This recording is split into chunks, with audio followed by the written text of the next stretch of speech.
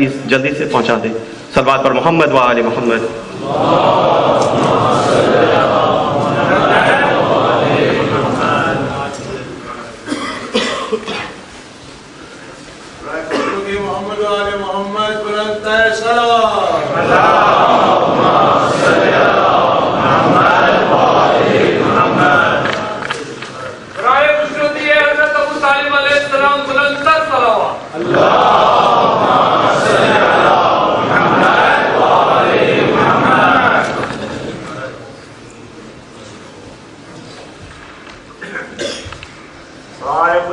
امام زمانہ بلند تر صلوات۔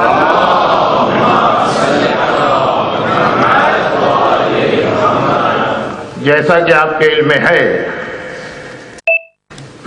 کہ اس عشرے کی جس مجلس کو اگر کوئی مومن یا مومنہ اسپانسر کر لیں تو پھر ان کے خواہش پر مرحومین کے لیے ایصال ثواب اور فاتحہ پڑھوائی جاتی ہے۔ تو آج کے جو بانی مجلس ہیں اس حوالے سے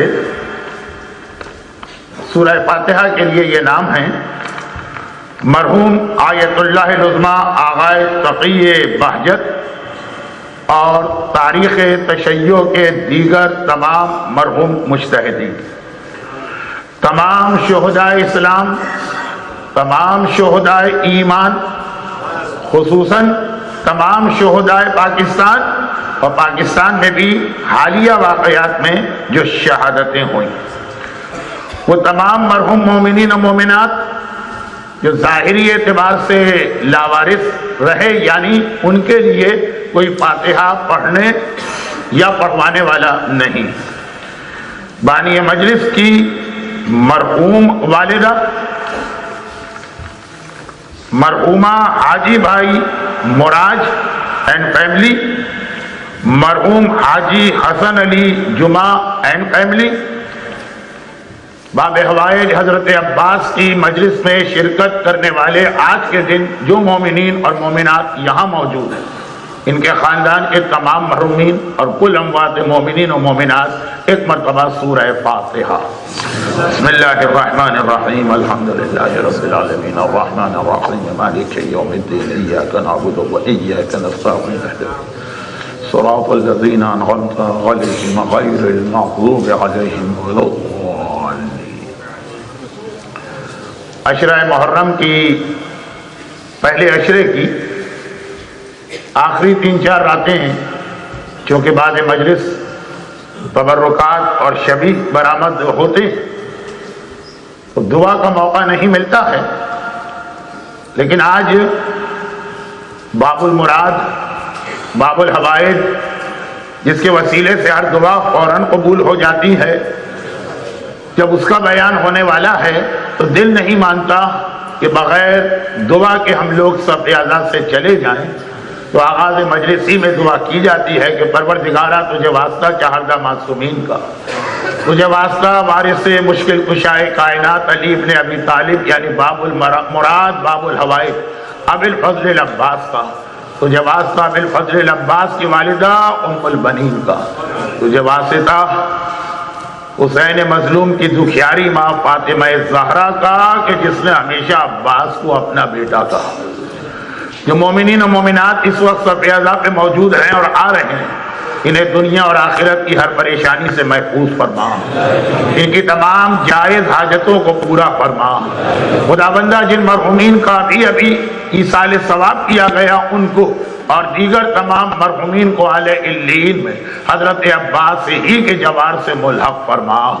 خداوندہ صاحبان ایمان کو رزق کی ہر پریشانی سے محفوظ فرما۔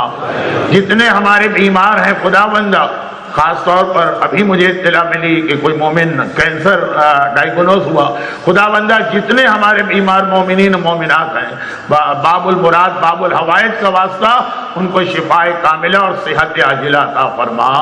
خداوندہ کربلا کی زیارت کے لیے جو قافلے اس وقت رواں دواں ہیں ان کو اپنے حفظ و ایمان میں فرما۔ دنیا میں جہاں جہاں صاحبان ایمان خصوصاً عراق و لبنان و پاکستان، ان پر ظلم کرنے والے ظالم ہیں، ان سارے ظالموں کو نیست و نابود فرما۔ خداوندہ آج ہم باب الحوائج کے مسائل سنیں گے انشاءاللہ، ہمیں جلد از جلد باب حوائج کے روضے پر کربلا معلیٰ میں پہنچا، اور خداوندہ ان تمام مظالم کے انتقام اور مقصد حسین کو مکمل کرنے والی اپنی آخری حجت وارث معصومین امام زمانہ کے ظہور میں تعجیل فرما۔ صلوات۔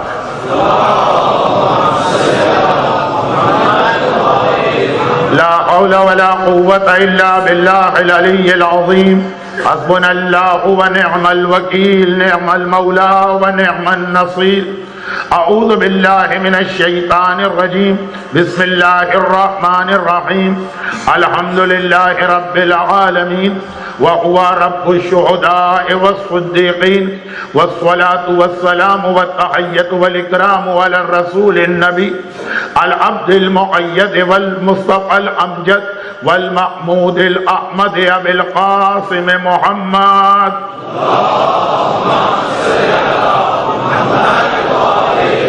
وآله الطيبين الطاهرين المعصومين المظلومين المنتجبين الميامين المكرمين، سيما على بقية الله في الأرضين وحجته على العالمين، اللهم عجل له الفرج ولعنة الله على أعدائهم أجمعين. أما بعد، فقد قال الله عز وجل في كتابه المبين وقرآنه المتين وقرآنه المجيد، بسم الله الرحمن الرحيم، إن الله وملائكته يصلون على النبي يا أيها الذين آمنوا صلوا عليه وسلموا تسليما۔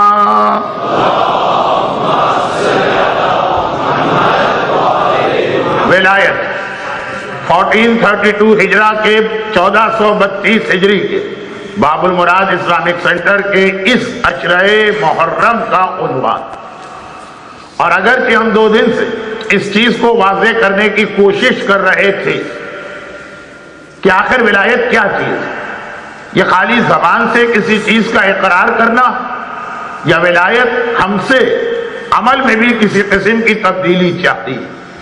اور میں نے 2 دن یہ کوشش کی۔ آج کی مجلس بہت ہی زیادہ سیدھے سادے انداز میں پڑھنا پڑے گی، ورنہ وقت میں موضوع مکمل نہیں ہو پائے گا۔ آج کی مجلس کی حد تک میں جوش ولا رکھنے والے صاحبان ایمان سے معذرت چاہتا ہوں۔ کل کی مجلس کے آغاز میں جو ایک حدیث آئی، آج گویا پوری مجلس اسی حدیث کی مختلف انداز سے وضاحت ہوگی کہ ما تنال ولایتنا الا بالعمل والورع، ہماری ولایت اس وقت حاصل ہوتی ہے جب تم اپنے عمل کو تبدیل کرنے کو تیار ہو جاؤ۔ تو میں نے مختلف مثالیں جمع کی تھی کہ ولایت درخت جب مانتا ہے، اور حجر جب مانتا ہے، اور ہوا جب ولایت کو مانتی ہے، اور پانی جب ولایت کو مانتا ہے، اور آگ جب ولایت کو مانتی ہے، اور کائنات کی ہر شے جب ولایت امام کو تسلیم کر رہی، تو ان کی ولایت خالی یہ نہیں ہے کہ وہ زبان سے کسی چیز کا اقرار کر رہے ہیں۔ درخت خالی زبان سے بول کے خاموش نہیں ہوگا، اگر اشارہ پائے گا تو اپنی جگہ سے حرکت کرتا ہوا بھی آئے گا۔ اور پانی کی ولایت خالی یہ نہیں ہے کہ وہ زبان سے علی کا کلمہ پڑھ کے وہیں بہتا رہے، بلکہ علی کے نام پر اس انداز سے اپنے آپ پر قدم رکھنے والے کو کاندھے پہ اٹھا کے لے جائے گا۔ پرندے کی ولایت میں یہ نہیں ہے کہ نام علی سنے گا، نہیں، وہ آئے گا اور اپنی گردن کو کٹوائے گا۔ تو جیسی ولایتیں ہمیں، اب یہ چونکہ 2 دن یہ بات ہو چکی، اس لیے ذرا میں نے جلدی یہ جملہ عرض کیا، جس انداز سے ولایت کے یہ ماننے والے ہمارے سامنے آئے، اور پھر وہ تاریخ کی مثالیں بھی کہ لوگ یہ نہ کریں کہ یہ کم عقل یا بے عقل اللہ کی مخلوق ہے، نہیں، ماننے والا مرد ہے، آ کے خود ہاتھ کٹواتا ہے کیونکہ ولایت کا مطلب سمجھتا۔ ماننے والی اگر مومنہ ہے تو آ کے خود اپنے آپ کو سزا کے لیے پیش کر رہی ہے کیونکہ ولایت کے مفہوم کو جانتے ہیں۔ تو یہ والی ولایت، اب ایک سوال یہ کہ یہ والی ولایت آدمی میں پیدا کیسے ہو، لیکن اس سے پہلے اپنی اس بات کو اس طرح مکمل کرو کہ یہ والی ولایت، یہ والی جو اطاعت چاہ رہی، جو حکم کی تعمیل چاہ رہی، جو صرف یہ دیکھتی ہے کہ اس موقع پر امام ہم سے کیا تقاضا کر رہے ہیں، جو یہ نہیں کرتی ہے کہ زبان سے علی کا نام لے، دل میں علی کی محبت رکھے، لیکن باقی سارا جسم نہ صرف یہ کہ علی کی سیرت سے مختلف ہو، بلکہ بعض اوقات تو دشمن علی کی سیرت پہ عمل ہوتا نظر آئے، ایسا نہیں۔ ولایت جو بہترین طریقے سے ہمیں اگر سمجھائی گئی تو اس آیت میں جس کو میں 4 دن سے تلاوت کر رہا تھا، اب تک موقع نہ ملا اس کی وضاحت کا، اور صرف عرض یہ کرنا تھا کہ ولایت کا یہ والا پیغام ایسا بھی نہیں ہے کہ بالکل نیا پیغام ہے، کوئی مومن یہ کہہ دے کہ ہم نے آج تک نہیں سنا۔ جو آیت 4 دن سے تلاوت ہو رہی ہے، اور ایسی کہ میں خود آیت کو پڑھتے ہوئے درمیان میں اس جگہ رک جاتا ہوں جہاں نہیں رکنا چاہیے، لیکن اس لیے رک جاتا ہوں کہ میں دیکھتا ہوں کہ مجمع مجھ سے پہلے اس آیت کو پڑھ رہا، یعنی پورے مجمع کو یہ آیت زبانی یاد، ضرورت بھی نہیں کہ اس آیت کو ان کو سنایا جائے گا۔ میں نے یا ایھا الذین آمنوا صلوا علیہ کہا اور مجمع نے خود ہی آیت کو مکمل کر لی۔ بدقسمتی یہی ہے، اگر کوئی ایسا حکم اسلامی ہو کہ جو ہم نے آج تک نہ سنا ہو، اور پھر ہم سے کہا جائے یا قیامت کے دن پوچھا جائے تو ایک ایکسکیوز صحیح بھی، جسٹیفائی بھی، کہ ہمیں تو آج تک پتہ ہی نہیں تھا۔ لیکن یہ والی آیت جو اتنی زیادہ صاحبان ایمان کو یاد کہ خطیب کو یا ذاکر کو یا عالم کو یا مجھ جیسے طالب علم کو مکمل کرنے کی ضرورت بھی نہیں، اس کا پیغام کتنے لوگوں نے کبھی غور کیا؟ اور یہاں رک کے ایک بات اور عرض کر دوں کہ یہ آیت سورہ احزاب کی آیت ہے۔ یہ جملہ میں نے کیوں عرض کیا؟ قرآن کی ہر آیت کسی نہ کسی سورہ کی آیت ہوتی، یہ سورہ احزاب کی آیت، یہ میں نے کیوں عرض کیا؟ سورہ احزاب کا کوئی انتہائی گہرا تعلق ہے کربلا اور عاشورے سے۔ دلیل اب وقت نہیں ہے، جب میں وقت کی کمی کی وجہ سے مولا کے فضائل جس انداز سے 6-7 دن پڑھ رہا تھا آج نہیں پڑھ پا رہا ہوں، تو اس قسم کی باتوں کی تفصیل میں جانے کا وقت کہاں سے ملے گا؟ لیکن دلیل کا صرف ایک جملہ، اعمال روز عاشورہ۔ آپ سب لوگ روز عاشورہ کے اعمال انجام دیں گے اور ساری زندگی انجام دیتے چلے آ رہے ہیں۔ روز عاشورہ کی نماز جو رکھی اس میں سورہ احزاب کو الحمد کے بعد پڑھنے کا حکم ہے، اور خاصا طویل سورہ، لیکن صاحبان ایمان حتی الامکان اس نماز کو سورہ احزاب کے ساتھ پڑھنے کی کوشش کرتے ہیں۔ اسلام کا کوئی حکم بغیر کسی لاجک یا مصلحت یا فائدے کے نہیں ہوتا۔ عین عاشورے کے دن شب قدر میں نہیں پڑھوائی جا رہی ہے سورہ احزاب والی نماز، 15 شعبان کو نہیں پڑھوائی جا رہی ہے سورہ احزاب والی نماز۔ عین عاشورے کے دن جب سوائے رونے اور غم کرنے اور ماتم کے کسی چیز کا دل نہیں چاہتا، لیکن حسین کی نماز تو ہمیں یاد رہتی ہے تو ہم پڑھ بھی رہے ہیں نمازیں، اور خاص روز عاشورہ کی نماز جب پڑھوائی تو ایک ایسے سورے کی تلاوت کروائی گئی جو عام طور پہ واجب اور مستحب نمازوں میں تلاوت نہیں کیا جاتا۔ کوئی وجہ ہو کہ پورے سال میں اگر اسلام نے انتخاب کیا یا چوز کیا تو عاشورے کو دن کو چوز کیا سورہ احزاب کے دن۔ سورہ احزاب کی ایک آیت تو ہر بچے کو معلوم ہے، آیت تطہیر۔ سورہ احزاب میں وہ آیت ولایت بھی ہے جو غدیر خم کے میدان میں رسول نے پہلے پڑھی تھی۔ النبی اولی بالمؤمنین من انفسہم، النبی اولی من المؤمنین بانفسہم، نبی ہے تمہارا مولا۔ یہ سورہ احزاب کی آیت ہے کہ جس کا اختتام اور تکمیل غدیر خم میں ہوئی کہ جب نبی تمہارا مولا تو علی بھی تمہارا مولا۔ سورہ احزاب ہی میں یہ والی آیت بھی آئی جو ہمارے یہاں آیت درود کا علاقی ہے، لیکن بس یہ سورہ احزاب کی اہمیت میں نے بتائی کہ خالی اہمیت نہیں، اس کا عاشورے سے کتنا گہرا تعلق اور کربلا سے اس کا کتنا گہرا تعلق اس میں آیت آئی۔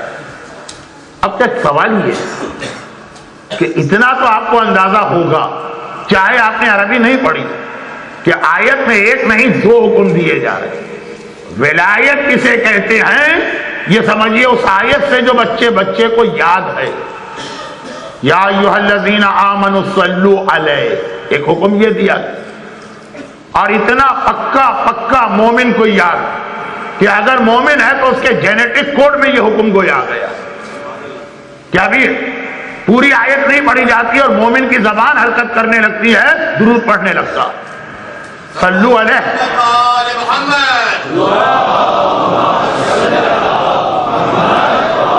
صلو علیہ۔ ابھی یہ آیت پوری نہیں ہوئی اور مومن کی زبان پہ درود آنے لگا، اس کے جینز میں یہ پیغام اتر چکا ہے۔ مگر ایک ہی آیت میں دو حکم آئے، برابر ہے، کوئی بہت فاصلہ بھی درمیان میں نہیں۔ یہ سوال بھی نہیں کہ یہ انگریزی میں سب سے لمبا لفظ کون سا کا اسماعیل، کیوں لمبا کیوں ہے؟ ایس اور ای کے بیچ میں مائل پورا 1 میل ہے، ایسا بھی نہیں۔ انگریزی نہ میری زبان ہے، نہ مجھے آتی ہے، نہ مجھے انگریزی کبھی سیکھنے کا موقع ملا، آتی حضرات سے جو باتیں سنتا ہوں۔ آیت کے اندر دو حکم آئے، درمیان میں فاصلہ بھی نہیں، صلو علیہ وسلموا تسلیما، ایک حکم پہ تو آپ نے فوراً عمل کیا اور بہت اچھی بات ہے۔ اسی طرح سے مومن دوسرے حکم پر بھی عمل کرے۔ وہ ہے کیا دوسرا حکم؟ کتنے لوگوں نے آج تک کبھی غور کرنے کی کوشش کی ہے کہ بھئی صلو علیہ ہے اور سلمو ہے، تو صلو علیہ پہ تو ہم نے عمل کر لیا، یہ سلمو کیا ہے، اس پر ہم کیا عمل کرتے، یہ ہے کیا چیز؟ یہی اگر سمجھ میں آ گیا تو ولایت کا میرا پورے عشرے کا عنوان آپ کی سمجھ میں آ جائے گا۔ صلو علیہ تو یہ تحفہ درود ہے جو آپ ہی نہیں بھیجتے، ان اللہ بھی وملائکتہ، اور اس کے ملائکہ بھی، لیکن سلموا تسلیما۔ اور دیکھیں دو حکم آئے ہیں، صلو علیہ سلم۔ اللہ نے جب اپنی طرف نسبت دی تو صلو میں تو کہا کہ میں بھی تمہارے ساتھ شریک ہوں، سلمو میں نہیں کہا۔ سلمو میں اللہ نے نہیں کہا کہ میں تمہارے ساتھ شریک ہوں، آئے کہیں تو ان اللہ وملائکتہ یصلون، تو سلمو کوئی ایسی منزل ہے جس میں اللہ شریک ہو ہی نہیں سکتا ہے، وہ ہے کیا؟ باقی ساری بحثیں چھوڑیے، وقت نہیں ہے۔ باب الحوائج، باب المراد حضرت عباس اور ان کی والدہ ام المنین کا ذکر آج مجھے کرنا، لیکن کبھی غور کیا ہے کہ ایک آیت زندگی بھر ہم نے سنی ایسی کہ ہمیں زبانی یاد ہو گئی، ہم قرآن کے حافظ بنے ہوں گے نہ بنے ہوں، اس آیت کے حافظ بن گئے، اور اس کا دو حکم میں سے ایک حکم پر ہم اتنے بے چین ہوتے ہیں عمل کرنے کے لیے کہ اب یہ خطیب بات پوری بھی نہیں کر پایا اور ہم نے درود بھیج دیا، تو دوسرا حکم آخر اس نے کیا قصور کیا، اس میں کیا کمی رہ گئی ہے کہ نہ عمل کرنے کے بارے میں سوچتے ہیں، نہ مطلب سمجھا کرتے ہیں کہ وہ ہے کیا چیز۔ سلموا تسلیما، سلموا تسلیما ہے ولایت۔ کون سی ولایت؟ جس کو میں 3 دن سے بتا رہا تھا، بلکہ سمجھیے چاند رات سے بتا رہا ہوں، یہ جو خالی زبان نہیں، اصلی ولایت سلموا تسلیما۔ قرآن کے بارے میں اصول یاد رکھیے، ان القرآن یفسر بعضہ بعضا، قرآن کی بہترین تفسیر یہ ہے کہ قرآن ہی کی کسی اور آیت سے مدد لو۔ قرآن کی تفسیر اگر قرآن ہی سے کرو تو اس سے بہتر کوئی تفسیر نہیں۔ یہ یہاں سلموا تسلیما جو آیا درود میں آیا، کیا پورے قرآن میں یہ کہیں اور بھی آیا ہے کہ نہیں آیا؟ اور اگر کہیں اور آیا ہے تو اسی طرح آیا ہے جس طرح اس آیت میں آیا کہ بس سلموا کا اور اللہ آگے بڑھ گیا، یا وہاں سمجھایا ہے کہ کیا ہے سلموا؟ سورہ نساء میں یہ حکم آیا ہے۔ اللہ آپ لوگوں کو 4 معصومین کی تمام زیارتوں کا شرف جلد از جلد عطا کرے۔ جائیے اور گھر والوں کے ساتھ جائیے اور اپنے بچوں کو لے کے جائیے۔ خاص طور پر ان والدین سے ریکویسٹ ہے جن کے بچے یہاں پیدا ہوئے، ذرا جا کے دیکھیں، وہ بھی ایک ماحول ہوتا، وہ بھی ایک دنیا، ایمان کی دنیا۔ زیارت رسول خدا جب آپ پڑھیں گے مدینہ پہنچ کر، تو اس زیارت رسول خدا کا اختتام جو ہے قرآن کی آیت پر، وہ آیت کے فوراً بعد والی آیت سورہ نساء کی آیت نمبر 64، زیارت رسول خدا کا حصہ۔ حاجی سے پوچھئے، عمرہ کرنے والے سے پوچھئے جو روضہ رسول پہ گیا، اور 64 نمبر کی آیت زیارت میں آئی۔ ہم لوگ تو 17 ربیع الاول کو رسول خدا کی ولادت کا ذکر اور 28 سفر کو رسول خدا کی وفات کا دن، جہاں بھی دنیا میں ہو رسول خدا کی زیارت پڑھتے ہیں۔ یہ آیت 64 اس میں، اور اس کے بعد 65 آیت جو سلموا تسلیما کو بتا رہی ہے۔ یہ لفظ قرآن میں 2 جگہ آیا ہے، سورہ احزاب میں خالی سلموا تسلیما آیا، سورہ نساء میں سمجھا کے آیا کہ یہ ہوتا کیا۔ فلا وربک لا یؤمنون، اور کل والی بات کہ اللہ کو آج قسم کھانا پڑ رہی ہے۔ کون سا مسئلہ ہے جس کے لیے اللہ کو قسم کھانا پڑ رہی ہے؟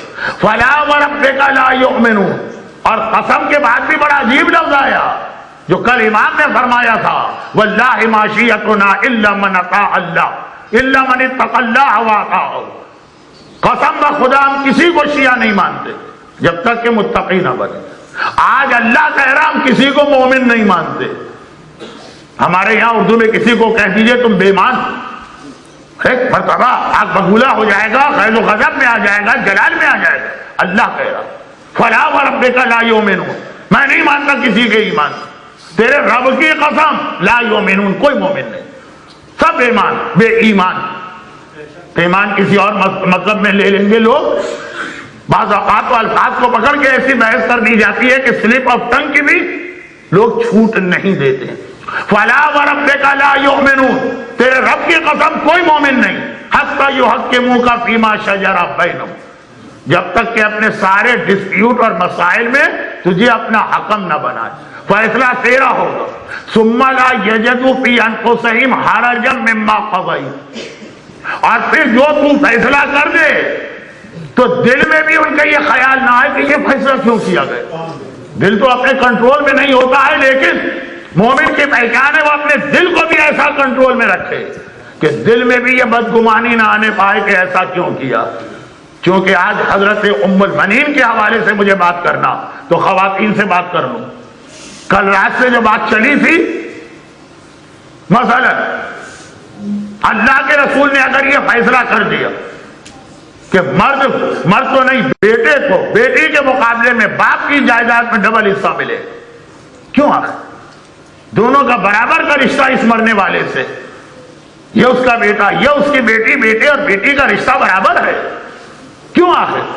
جبکہ عام طور پہ بیٹیاں باپ سے زیادہ محبت بھی کرتی ہیں اور باپ کی خدمت بھی زیادہ بیٹیاں ہی کیا کرتی ہیں۔ بیٹوں کو تو اپنی بیویوں کی خدمت سے فرصت ملے تو سوچے کوئی باپ بھی دنیا میں ہوتا ہے مثلا، لیکن اس کے باوجود دیکھیں عنوان ایسا میں نے اشارہ کیا، عورت اور مرد کا اسلام میں فرق، اسلام میں عورت اور مرد کی ذمہ داریوں میں فرق، حقوق میں فرق، یہ تو پورا اشرا ہو جائے گا۔ لیکن لا یجدوا فی انفسہم حرجا، دل میں بھی یہ تنگی نہ آئے کہ آخر اللہ کے رسول نے ہمارے حق میں یہ فیصلہ کیوں کیا۔ لا یؤمنون حتی یحکموک فیما شجر بینہم ثم لا یجدوا فی انفسہم حرجا مما قضیت ویسلموا تسلیما، اور جو تو کہہ دے سر جھکا کے اس کے اوپر عمل کرتے چلے جائے، سر جھکا کے اسے قبول کرتے چلے جائے۔ رسول کا کام ہے زبان سے کوئی جملہ کہنا اور صاحب ایمان کا کام ہے فوراً اس پر عمل کرنا۔ وائی لاجک، فلسفی، منطق، پیغمبر کے ہر حکم کے اندر کوئی نہ کوئی لاجک ہوتی، پیغمبر کے ہر حکم میں کوئی نہ کوئی فلسفی ہوتی، کوئی حکم بغیر فائدے کے نہیں ہے۔ لیکن مومن یہ چیزوں کے چکر میں نہیں پڑتا، مومن تو صرف یہ دیکھتا ہے کہ میرے مولا رسول نے یہ کہا ہے، بس میرا کام ہے آنکھیں بند کر کے اطاعت کرنا، سوال کرنا، آرگومنٹ کرنا، ڈیبیٹ کرنا یہ میرا کام نہیں۔ یہ قرآن نے سمجھایا، اس کو کہتے ہیں یسلموا تسلیما۔ آئیے آیت درود، فلا وربک والی آیت کتنے لوگوں کو یاد، لیکن آیت درود تو یاد ہے نا؟ کیا کہا؟ یا ایھا الذین آمنوا صلوا علیہ، جب اس رسول کا نام سنو تو ایک بار درود بھیجو، وسلموا تسلیما، اور جب اس کا حکم سنو، نام سنو تو درود بھیجو، اس کا حکم سنو تو ایک مرتبہ سر جھکا کر اس حکم کی پابندی شروع کر دو۔ پیغمبر کے ہر حکم کو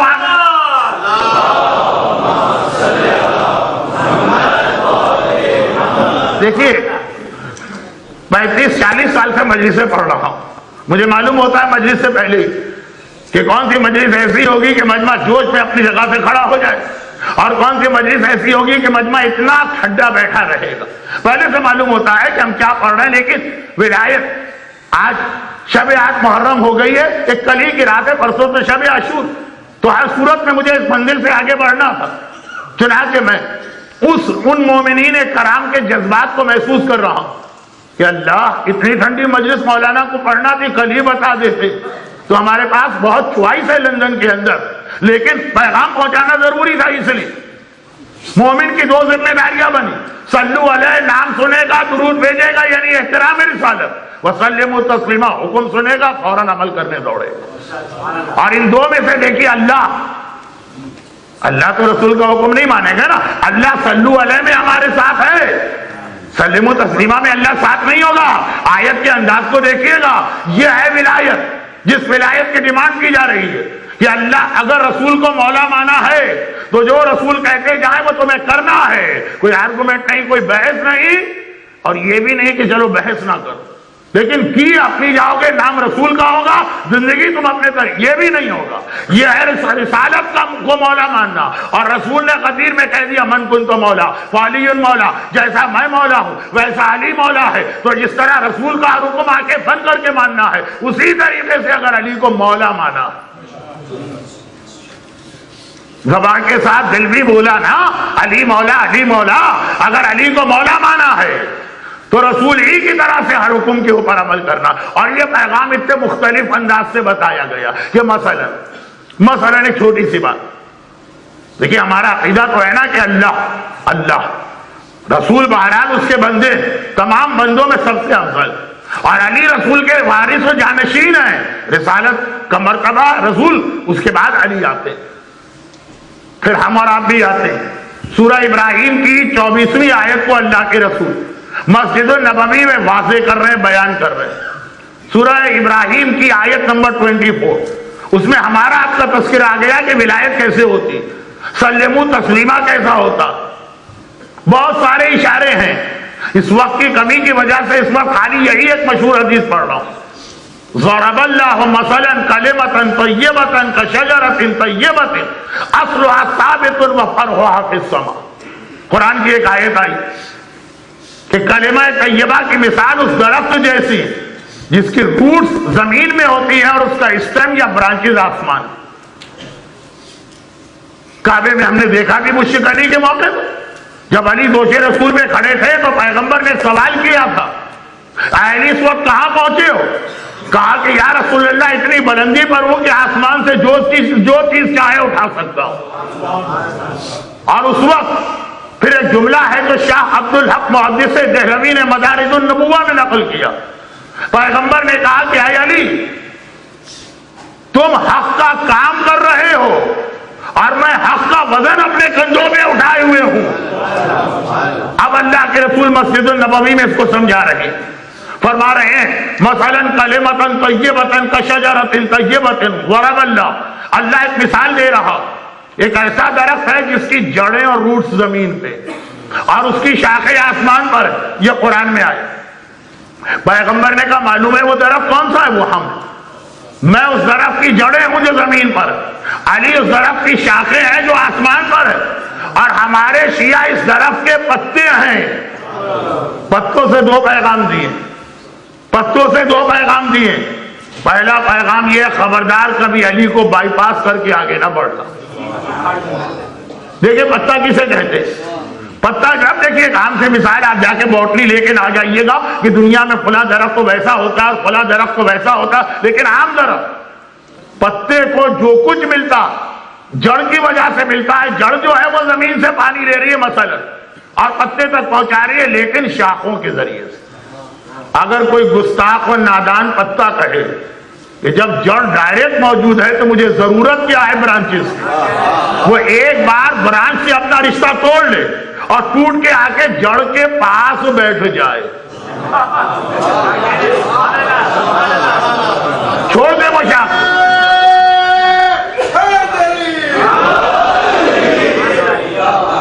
کہے کہ جب جڑ موجود ہے سارا فائدہ مجھے مجھے جڑ سے مل رہا ہے، یہی زمین سے منرل لے کے مجھے پہنچا رہی، یہی زمین سے پانی لے کے مجھے پہنچا رہی، سامنے موجود ہے جڑ زمین کے اندر، میں پھر کیوں محتاج رہوں برانچز کا، شاخ کا؟ اس نے ایک بار شاخ سے اپنا رشتہ چھوڑ دیا شاخ، سیدھا آ کے جڑ کے قدموں میں بیٹھ کے، بہت قریب بالکل دیوار ملی، بلکہ اس سے بھی زیادہ قریب، بالکل قریب آ کے بیٹھ تو گیا، لیکن ہوگا کیا؟ 2-4 دن تک تو وہاں رہے گا، اس کے بعد سوکھنا شروع ہوگا، رنگ اڑے گا، پتا جو ہے سوکھ جائے گا، اور ایک وقت میں اتنا سوکھے گا کہ آئے گا کوئی کوڑا اٹھانے والا، ایک بار اس کو اٹھا کے جا کے آگ میں ڈال کے جلا دے گا کہ اب یہ کسی کام کا نہ رہا۔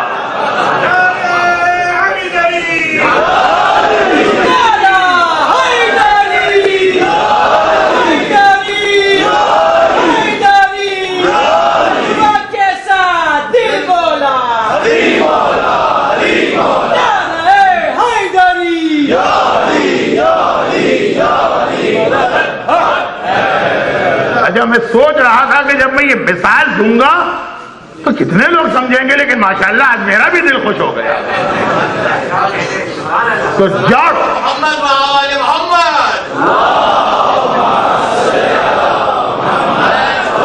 درخت کو ساری زندگی جڑ سے ملتی ہے، درخت کی حیات جڑ پہ ہے، درخت کو سارا فائدہ جڑ سے مل رہا ہے، لیکن پتے کو اگر یہ فائدے لینا ہے تو شاخ کو تھامے گا، شاخ اس کو جڑ سے ملائے گی۔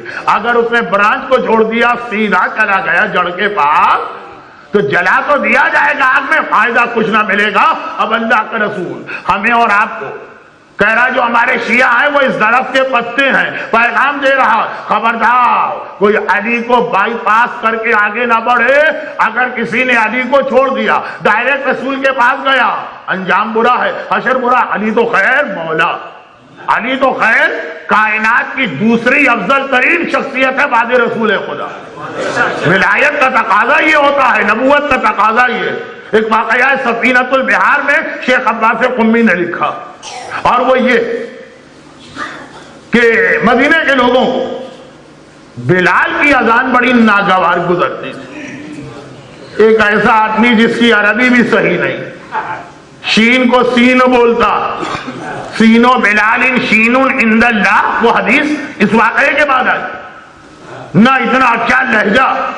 اب پیغمبر نے مقرر کیا، بلال اذان دے رہے، بہت مشہور واقعہ ہے، لیکن جہاں تک بات پہنچی تھی ولایت،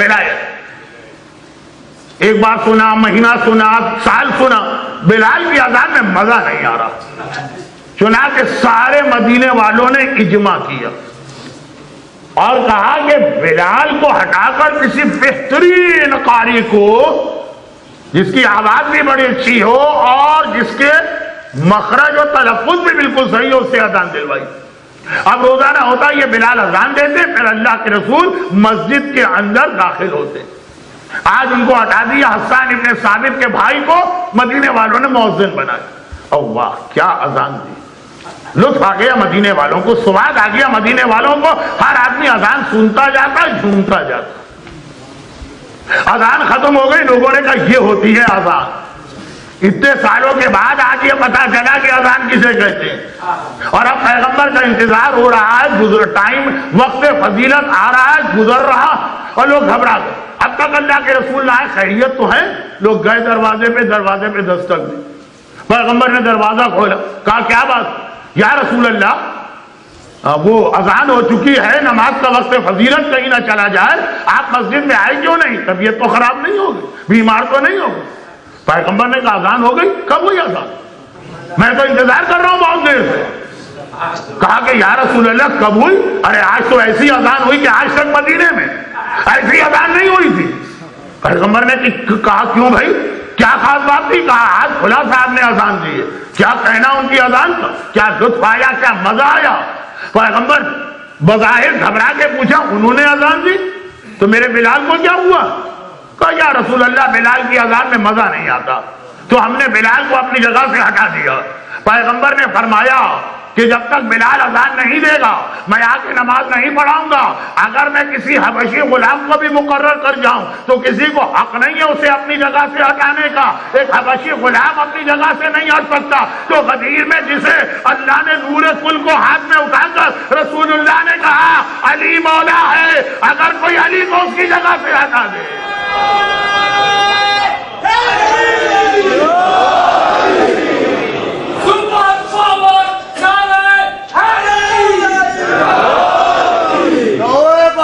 بلند کر کے پنجا کھول کے مومن کنجوسی مت کر جنت وچ بڑا کر پنج نعرہ پنجل تلی تے بابا شیر نعرہ حیدری حیدری حیدری. اسی طرح سلوات بھی چلا ہے. حبشی غلام بھی اپنی جگہ سے نہیں ہٹایا جا سکتا اگر رسول اللہ نے اس کو مقرر کیا. اور یہ تو وہ ہے جو خلقت نورانی میں رسول کے ساتھ چلا رہا. مشکل کشائے کائنات اللہ کا ولی ہے, امت پہ حجت ہے, اسے ہٹانے کا کسے اختیار ہے. مگر پیغمبر نے پھر ایک جملہ اور کہا جو سمجھانا ضروری.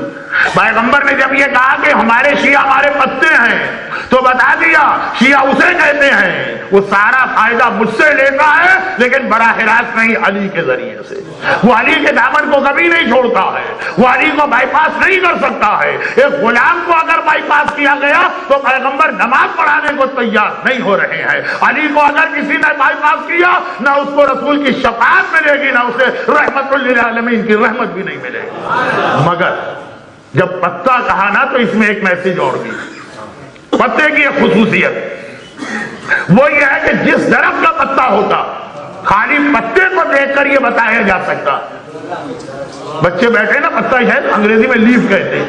درخت جس درخت کا پتا ہوگا پتے کو دیکھیں آپ, درخت کو نہ دیکھیں کہیں پتا پڑا ہوا ہے. آپ نے کہا یہ تو آم کے درخت کا لگ رہا ہے, آپ نے کہا کہ یہ تو پیپل کے درخت کا ہے, آپ نے تو کہا کہ انگلینڈ میں کون سے درخت ہوتے مجھے تو پتا بھی نہیں. لیکن جس درخت کا پتا اگر کہیں آپ کو وہ پتا نظر آ گیا پڑا ہوا کسی کے گھر میں رکھا ہوا, آپ نے درخت نہیں دیکھا خالی پتا دیکھا تو بتا دیا کہ یہ فلاں درخت کا پتا ہوگا. تو بس یاد رکھیے گا گناہگار درخت کا پتا ہے تو وہ دیکھنے میں گناہگار نظر آئے گا, اور اگر معصوم درخت کا پتا ہے تو وہ پتا بھی دیکھنے میں معصوم نظر آ رہا ہوگا. جب اس درخت کا ہمیں پتا قرار دیا گیا جس کی جڑ رسول خدا ہے, جس کی شاخیں علی مرتضیٰ ہے, تو جو اس درخت کا پتا ہے اس کو بھی اس بات کا خیال کرنا کہ مجھے دیکھ کر لوگوں کو علی یاد آ جائے. اور علی ہیں کون؟ کیونکہ عباس تک مجھے جانا ہے نا. جب دنیا علی کو نہیں سمجھے گی تو عباس کو بھی نہیں سمجھ پائے گی. علی ہیں کون؟ اچھا اب آج میں نثر میں شاعری کرنا چاہتا ہوں. یہ میں نے اس لیے کہا کہ جو جملے میں پڑھ رہا ہوں تاریخ میں اس طرح سے نہیں ہوں گے, لیکن میرے مرحوم استاد پڑھا کرتے تھے اور یہ بہت ساری حدیثوں کو جمع کر کے ترتیب دے دی. اس میں کوئی بات حدیث سے ہٹ کے نہیں ہے, لیکن یہ ہے کہ الگ الگ حدیثیں بھی جمع کر کے گویا نثر میں شاعر. علی ہیں کون؟ علی وہ جو رسول اللہ کو, جس جملے کے لیے میں یہ واقعہ پڑھ رہا ہوں جو بہت مشہور, وہ جملہ آپ کی سمجھ میں آ جائے گا کیونکہ دوسری یا تیسری مجلس میں اشارہ کر چکا ہوں. رسول اللہ کو یہ علی خانہ کعبہ سے ملے نا, اور جیسا کہ میں اکثر یہ جملہ کہا کرتا ہوں کہ جب فاطمہ بنت اسد خانہ کعبہ میں چلی گئی تو اب ایسا نہیں ہے کہ وہ دیوار سے گئی ہو اور وہ جو دروازہ ہے عام لوگوں کے لیے وہ کھلا ہوا نہیں, دیوار تو دوبارہ مل گئی مگر خانہ کعبہ کا دروازہ بھی بند ہو گیا. روزانہ رات کو بند کیا جاتا ہے, اگلے دن فجر کو یہ دروازہ کھولا جاتا ہے, کیونکہ اس واقعے سے چند مہینے پہلے خانہ کعبہ میں کچھ آگ واگ لگ گئی تھی, کچھ چوریاں ہو گئی تھی, تو قریش نے کعبے کے دروازے پہ قفل ڈالنا شروع کر دیا. پہلے مسجدیں بھی کھلی رہتی تھی دنیا بھر کی, آج کل کی بات کرو. جب سے چوریوں کے واقعات بڑھے تو تالے بھی پڑنے لگے. اچھا یہ ہوا یہ کہ فجر کے بعد یا فجر سے کچھ پہلے خانہ خدا کھولا جاتا، عشاء کے کچھ بعد بند کر دیا جاتا۔ نمازوں کا تو ابھی وہاں اسلام دستور نہیں ہے، لیکن اوقات۔ فاطمہ بنت اسد آدھی رات کو گئی جب دروازہ ویسے ہی بند تھا، چلی گئی۔ اگلی صبح کو جو دروازہ کھولنے کا وقت آیا، اب دروازہ کھل نہیں رہا، وہی دروازہ، وہی قفل، وہی چابی، دروازہ کھل نہیں رہا۔ اور ادھر یہ خبر بھی پھیلی ہوئی کہ بھئی آخری رات کے وقت سردار مکہ، رئیس بطحا، وارث کعبہ، محافظ حرم ابو طالب کی بیوی خانہ خدا میں بند ہو گئی۔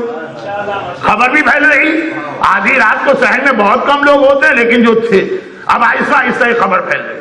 تو اب دو باتیں ہو گئی، ایک تو ویسے ہی ابھی تک اعلان اسلام تو ہوا نہیں، وہ دشمنیاں تو ڈیولپ ہوئی نہیں ہے۔ ابو طالب بھی مکے کے 14 سرداروں میں سردار مانے جاتے ہیں، 13 اور قبیلے ان کے اپنے سردار ہیں۔ تو اب حضرت فاطمہ بنت اسد کا خانہ کعبہ میں بند ہو جانا، خبر پھیل رہی، ایک تو یہ پریشان، اور دوسرا یہ ہے کہ خود خانہ خدا بند ہو گیا۔ اور یہ بتا دوں کہ رجب کا مہینہ عرب میں عمرے کا سب سے افضل مہینہ مانا جاتا، پورے عرب کے لوگ آئے ہوئے تھے عمرہ کرنے، قریش ہر ایک کو کعبے میں جانے دیتے تھے اور اس کے چارج لگاتے تھے، اتنے دینا پڑیں گے، لوگ دیتے تھے۔ اب تو ان کی آمدنی بھی ماری جا رہی ہے، دروازہ بند ہے خانہ خدا، خانہ خدا ہی نہیں کھلا ہوا ہے تو پیسے کس بات کے لیں گے؟ اب پریشان، آگے بڑھ، جتنے بڑے لوگ مکے کے تھے سب نے باری باری ٹرائی کی۔ اچھا یہ فطرت بھی ہے آدمی کی، دیکھیے گا کبھی، اور وہ یہ ہے کہ آپ کہیں جائیے لاک کو کھولنا چاہیں چابی کی مدد اور نہیں کھولے تو جو آدمی میں قریب ہوگا کہے گا لاؤ ذرا چابی مجھے دو، میں ٹرائی کرتا ہوں، اس سے نہیں کھولے گا، قریب والا کہے گا جاؤ ذرا مجھے دینا، میں ٹرائی کرتا ہوں۔ کیونکہ زبان سے کوئی کہے کہ نہ کہے، دل میں یہ ہے، ہر آدمی سمجھتا میں ہوں عقل مند، باقی ہے بے وقوف، اس سے نہیں کھولا مجھ سے کھل جائے۔ تو سارے سردار قریش 13 کے 13 ٹرائی کر کے تھک گئے، اس کے علاوہ جو بڑے لوگ ہیں سب آ رہے ہیں، ہر ایک کوشش کر رہا۔ یہاں دو مسئلے ہو گئے، ایک بہرحال فاطمہ بنت اسد کا بند ہونا، اور ایک اس سے بڑا اپنی کمائی، اپنی آمدنی ختم ہوئی جا رہی ہے، چنانچہ ہر ایک کوشش کر رہا ہے۔ تو اب میں نے بڑے غور سے تاریخ میں دیکھا، بڑی محنت کی، بڑی جستجو کی، میرا مطالعہ نہیں تو اپنے اساتذہ سے پوچھا کہ جتنے لوگوں نے آ کے خانہ خدا کا دروازہ کھولنا چاہا، اس میں ابو طالب کا نام نظر آ رہا ہے کہ نظر نہیں آ رہا؟ بھئی ابو طالب کے تو گھر کا مسئلہ، ان کی تو بیوی خانہ خدا میں بند ہو گئی، سردار قریش بھی ہیں، وارث کعبہ بھی ہیں، محافظ حرم بھی ہیں، سب سے زیادہ تو انہیں پریشان ہونا چاہیے۔ ہر ایک نے آ کے کوشش کی، ابو طالب تو گھر سے باہر ہی نہیں نکلے۔ ارے بھائی یہ ابو طالب تو کس بات کا اطمینان ہے، اتنے اطمینان سے گھر میں کیوں بیٹھے ہیں؟ تو میں اکثر کہتا ہوں یہ ابو طالب کا اطمینان نہیں ہے، یہ ابو طالب کا ایمان ہے، ایمان۔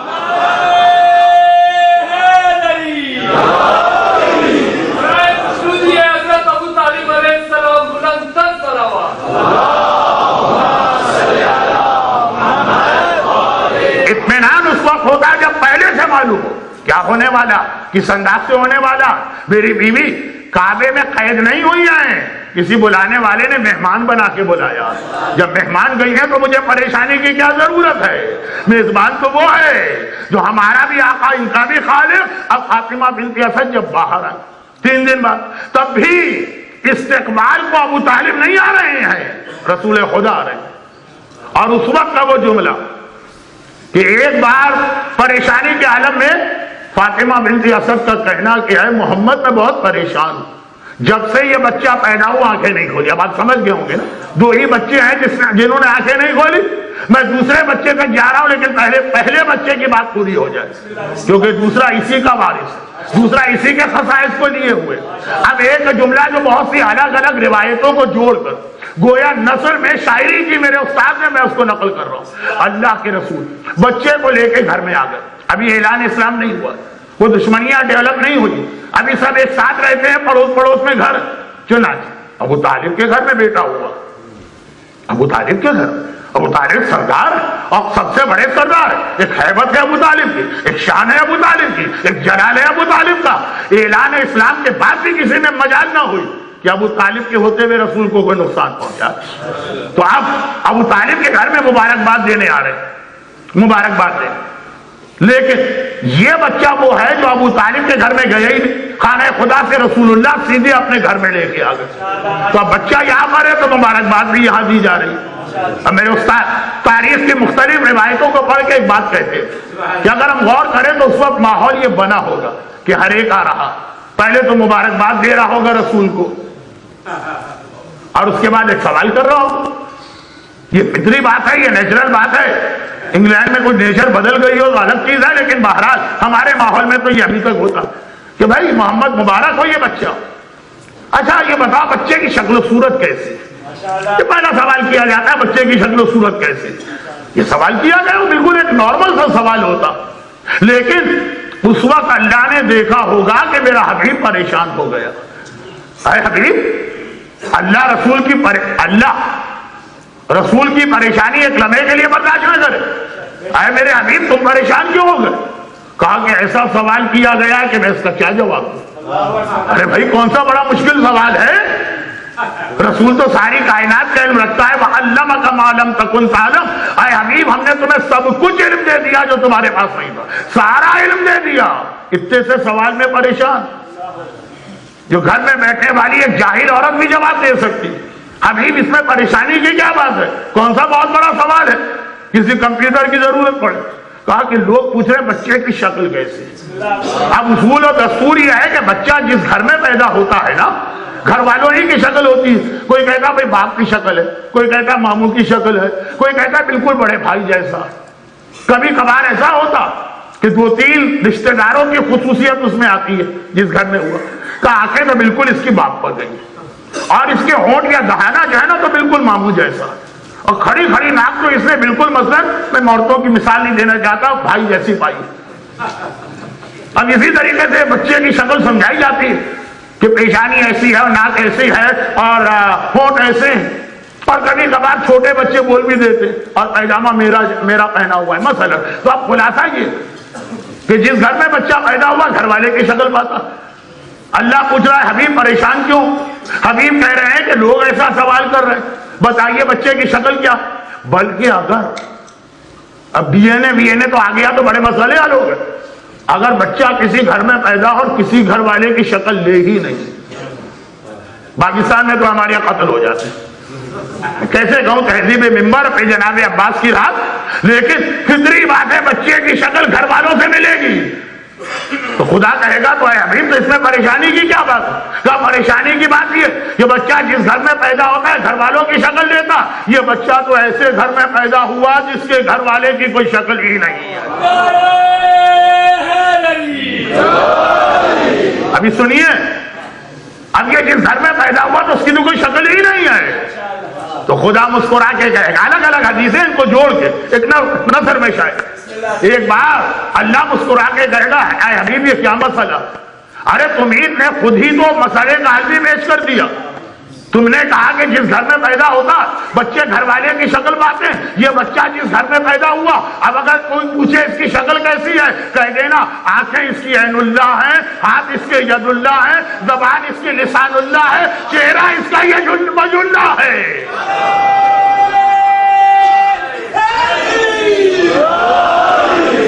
جس گھر میں پیدا ہوگا وہی تو شکل پائے گا نا، چہرہ وجہ اللہ، آنکھیں عین اللہ، کان اذن اللہ، زبان لسان اللہ، ہاتھ ید اللہ۔ میں یہ نہیں کہہ رہا نعوذ باللہ مولا خدا ہے، نصیریوں کا سب سے بڑا دشمن خود میرا مولا ہے اور ہم علی کی ولایت کو مانتے ہیں۔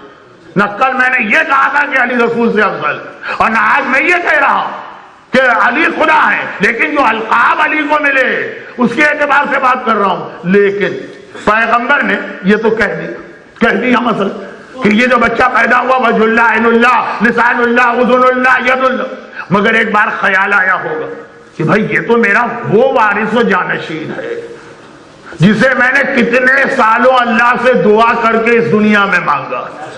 جب خلقت ہوئی تھی دونوں ساتھ تھے، اول ما خلق اللہ نوری، سب سے پہلے میرا نور بنا، انا وعلی من نور واحد، اور اسی وقت سے علی میرے ساتھ ہے۔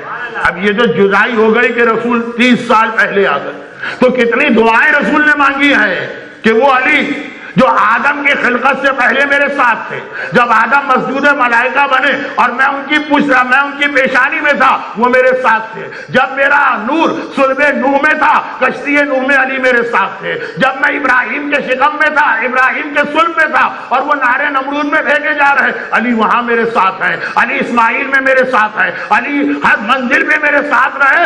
الگ ہو گئے 30 سال، پیغمبر نے دعائیں کر کر کے، مولا نے بھی کسی کو دعائیں کر کے مانگا۔ میں بار بار آپ کی توجہ ادھر لے جا رہا ہوں۔ تو ایک بار پیغمبر نے سوچا ہوگا اس علی کو اتنی مشکل سے میں نے مانگا، اور ایک ایک کر کے اللہ واپس لے گیا۔ چہرہ بھی وجہ اللہ، زبان بھی لسان اللہ، کان بھی اذن اللہ، آنکھیں بھی عین اللہ، ہاتھ بھی ید اللہ۔ تو پیغمبر نے سوچا ہوگا جو بچ گیا ہے، جو بچ گیا ہے وہ تو جلدی سے لے لو، وہ بھی نہ چلا جائے۔ چنانچہ کہا یا علی لحموں کا لحمی، دموں کا دمی، تیرا گوشت میرا گوشت ہے، تیرا خون میرا خون ہے۔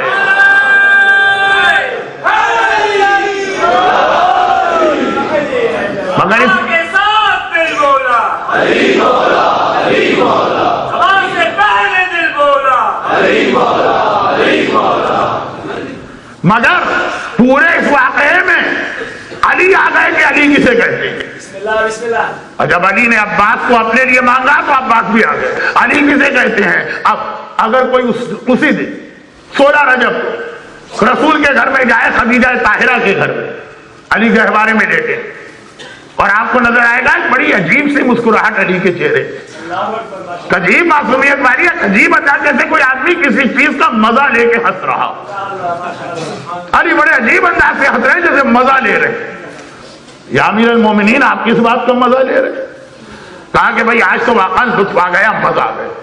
میں دنیا میں آیا اور دنیا میں آتے ہی میں ختم بھی ہو گیا، اس لیے کہ میرے 2 حصے ہو گئے۔ آدھا مجھے اللہ نے لے لیا، آدھا مجھے رسول اللہ نے لے لیا، آدھا میں اللہ کا ہو گیا، آدھا رسول اللہ کا۔ یعنی آج کے بعد اب اگر کوئی علی سے محبت کرے گا، علی سے محبت کرے گا ہی نہیں، آدھی محبت اللہ سے کرے گا، آدھی محبت رسول اللہ سے کرے گا۔ اور اگر کوئی علی سے بغض و دشمنی رکھے گا، علی سے دشمنی نہیں کرے گا، آدھی دشمنی اللہ سے کر رہا ہے، آدھی دشمنی رسول اللہ سے کر رہا ہے۔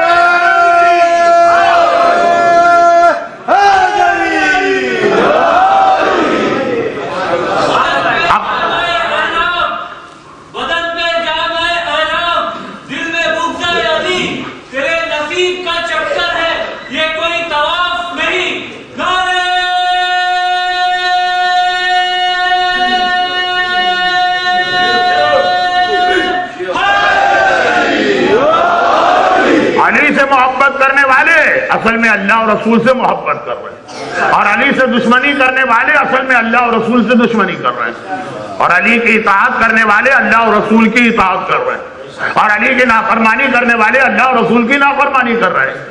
علی خود کچھ نہ رہے، جو ہوئے اب وہ اللہ اور رسول کے لیے ہو گئے۔ بس علی کو اپنا ایسا ہی وارث چاہیے جو خود کچھ نہ ہو، جیسے میں رسول کے لیے ہوں ویسا وہ حسین کے لیے ہو جائے، جس کا چلنا پھرنا اٹھنا بیٹھنا، جس کی سانس، جس کی زندگی فقط حسین ہو۔ جو حسین کہیں وہ وہی اس کے لیے حکم خدا۔ ولایت کی بہترین مثال، علی تو خود مولا، لیکن ولایت کی بہترین مثال عباس کی شکل میں آتی ہے۔ اسی لیے روایتوں میں فقرہ ہے کہ عباس اس طرح سے دنیا میں نہیں آئے۔ پتہ نہیں کتنی راتیں میرے مولا نے نماز شب میں عباس کو اللہ سے مانگا ہے کہ بھائی کربلا کے میدان میں میرا بھی تو کوئی جانشین ہونا چاہیے۔ اگر کوئی کہے کہ مولا حسین آپ ہی کے بیٹے تو ہیں، یہ ہو چکا نا علی کے زمانے میں۔ کسی نے کہا کہ تھا محمد حنفیہ سے علی کے تیسرے بیٹے کہ بھائی کیا وجہ ہے کہ ہر وقت علی تمہیں آگے بڑھا دیتے ہیں خطرے کے موقع پر؟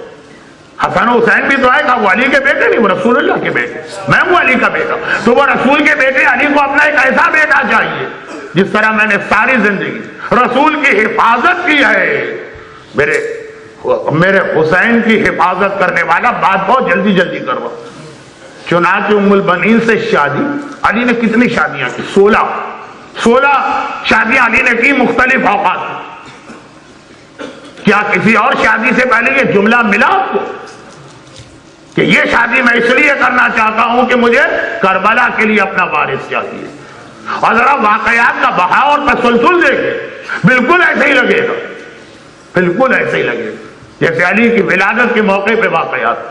وہاں فاطمہ بنت اسد پریشان تھی، یہاں ام البنین پریشان، وہاں علی پیدا ہو کے آنکھ نہیں کھول رہے جب تک کہ رسول کی آغوش میں نہیں جاتے، یہاں عباس پیدا ہو کے آنکھ نہیں کھول رہے جب تک حسین کی آغوش میں نہیں جاتے، وہاں علی مشکل کشا ہیں، یہاں علی باب المراد و باب الحوائج ہے، یا عباس علی کے نام سے ہر مشکل دور ہوتی ہے، عباس کے وسیلے سے ہر ایک کو مراد و حاجت ملتی ہے۔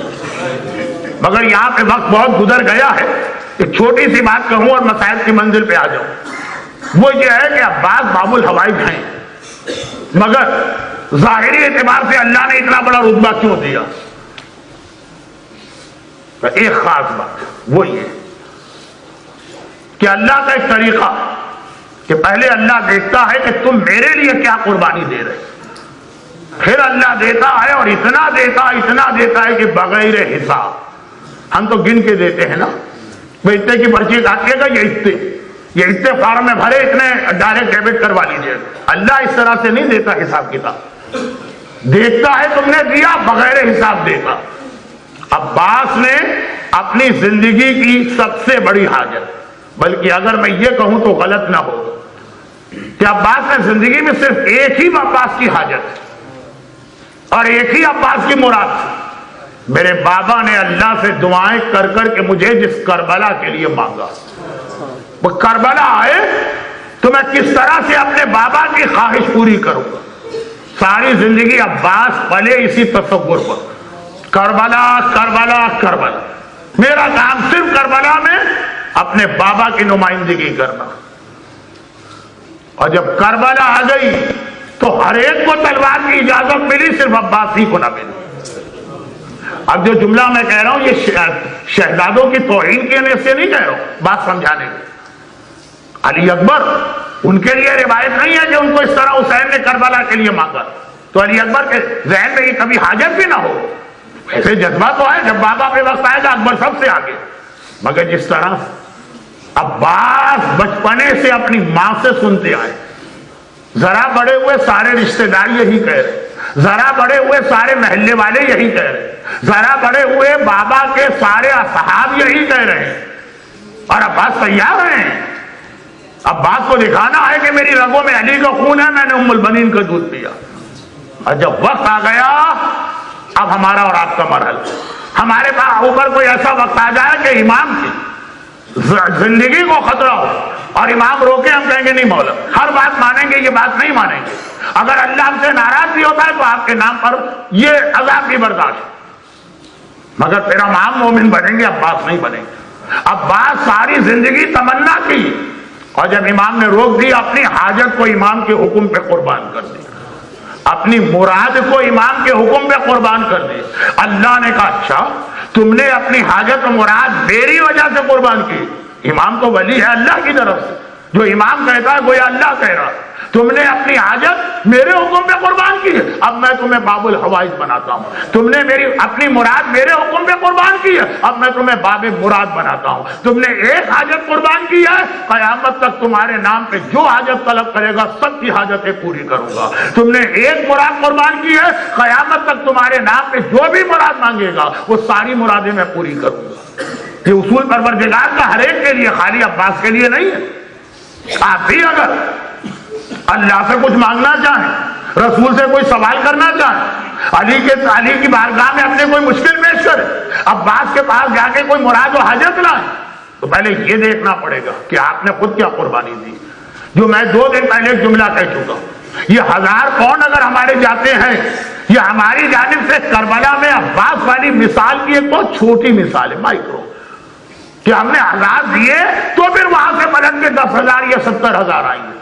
باب المراد اور باب الحوائج کی مجلس میں ایک بار پھر ہمیں یہ سوچنا کہ جس باب الحوائج کے وسیلے سے ہماری روزیاں محفوظ، ہمارے بچے محفوظ، ہمیں صحت مل رہی، ہمارے بڑے بڑے مسئلے حل ہو رہے، اس باب المراد کے لیے ہم خود کیا قربانی دے رہے ہیں۔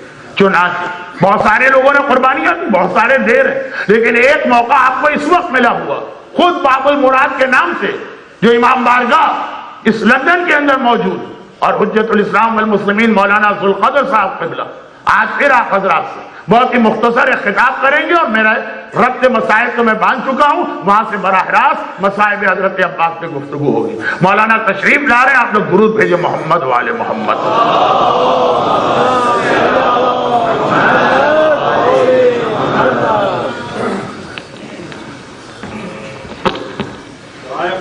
امام زمانہ بلند کر سلامات۔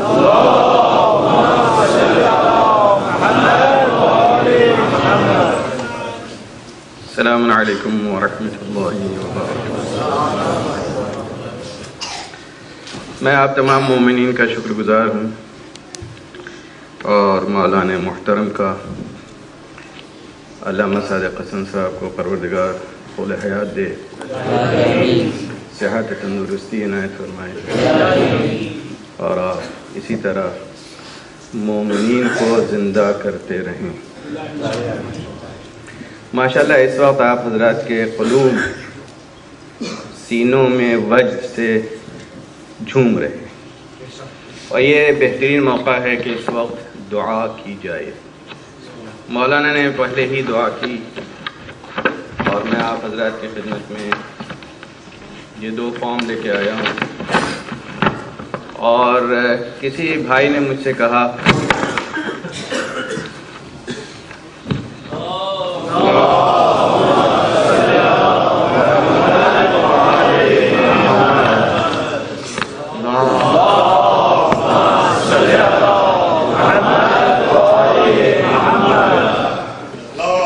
کہ مولانا صاحب آپ کو مانگنے کا ڈھنگ نہیں آتا، اور یہ ایک حقیقت ہے، مولانا نے بھی تصدیق فرمائی، اور ظاہر سی بات ہے کہ مانگنے والا تو ہوں نہیں، بھیک منگے کو مانگنا آتا ہے۔ ہم مولائی ہیں، مولا کے در پہ جاتے ہیں، ہمیں مل جاتا ہے، تو در در پہ جانے کی، ٹھوکر کھانے کی ضرورت پیش نہیں آتی۔ بے آپ حضرات آتے ہیں باب المراد، باب المراد آپ کے دروازے پہ نہیں جاتا ہے،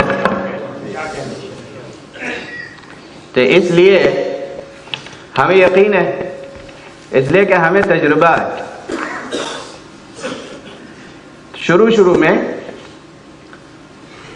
ایک عشر محرم کے بعد جب ڈیفیسٹ بہت لمبی تھی، یعنی خرچ تھا 12,000 اور مومنین نے لطف و کرم کیا تھا 2,000، تو جب سمیٹنے لگے آخری رات اسکول میں، تو ایک صاحب نے کہا کہ مولانا اس سال تو کچھ نہیں ہوا۔ میں نے کہا میں نے بزنس کے لیے تو کیا نہیں ہے یہ،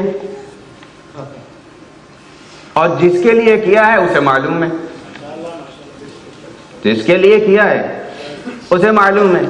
ہم نے ابھی قدم نکالا نہیں تھا، ایک صاحب جنہیں ہم پہچانتے نہیں تھے وہ تشریف لائے، کہنے لگے یہ ڈیفیسٹ آپ کی یہ پوری کر لیجیے، اوپن چیک دے کے چلے گئے۔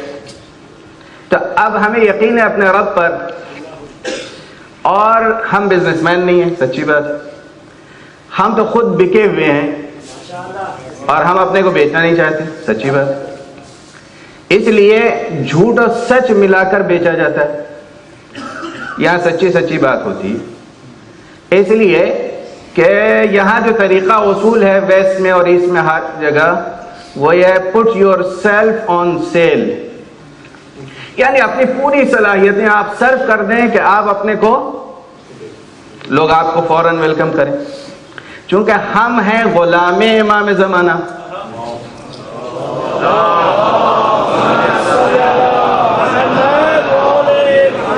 ہم امام زمانہ کی تقلید نہیں کرتے ہیں، ہم غلام امام زمانہ ہیں، لہذا جب ہماری گردنوں میں ان کی بیعت ہے تو ہم تو بکے ہوئے ہیں ان کے، یعنی ہم ان کی طرف سے ہیں سیلس مین،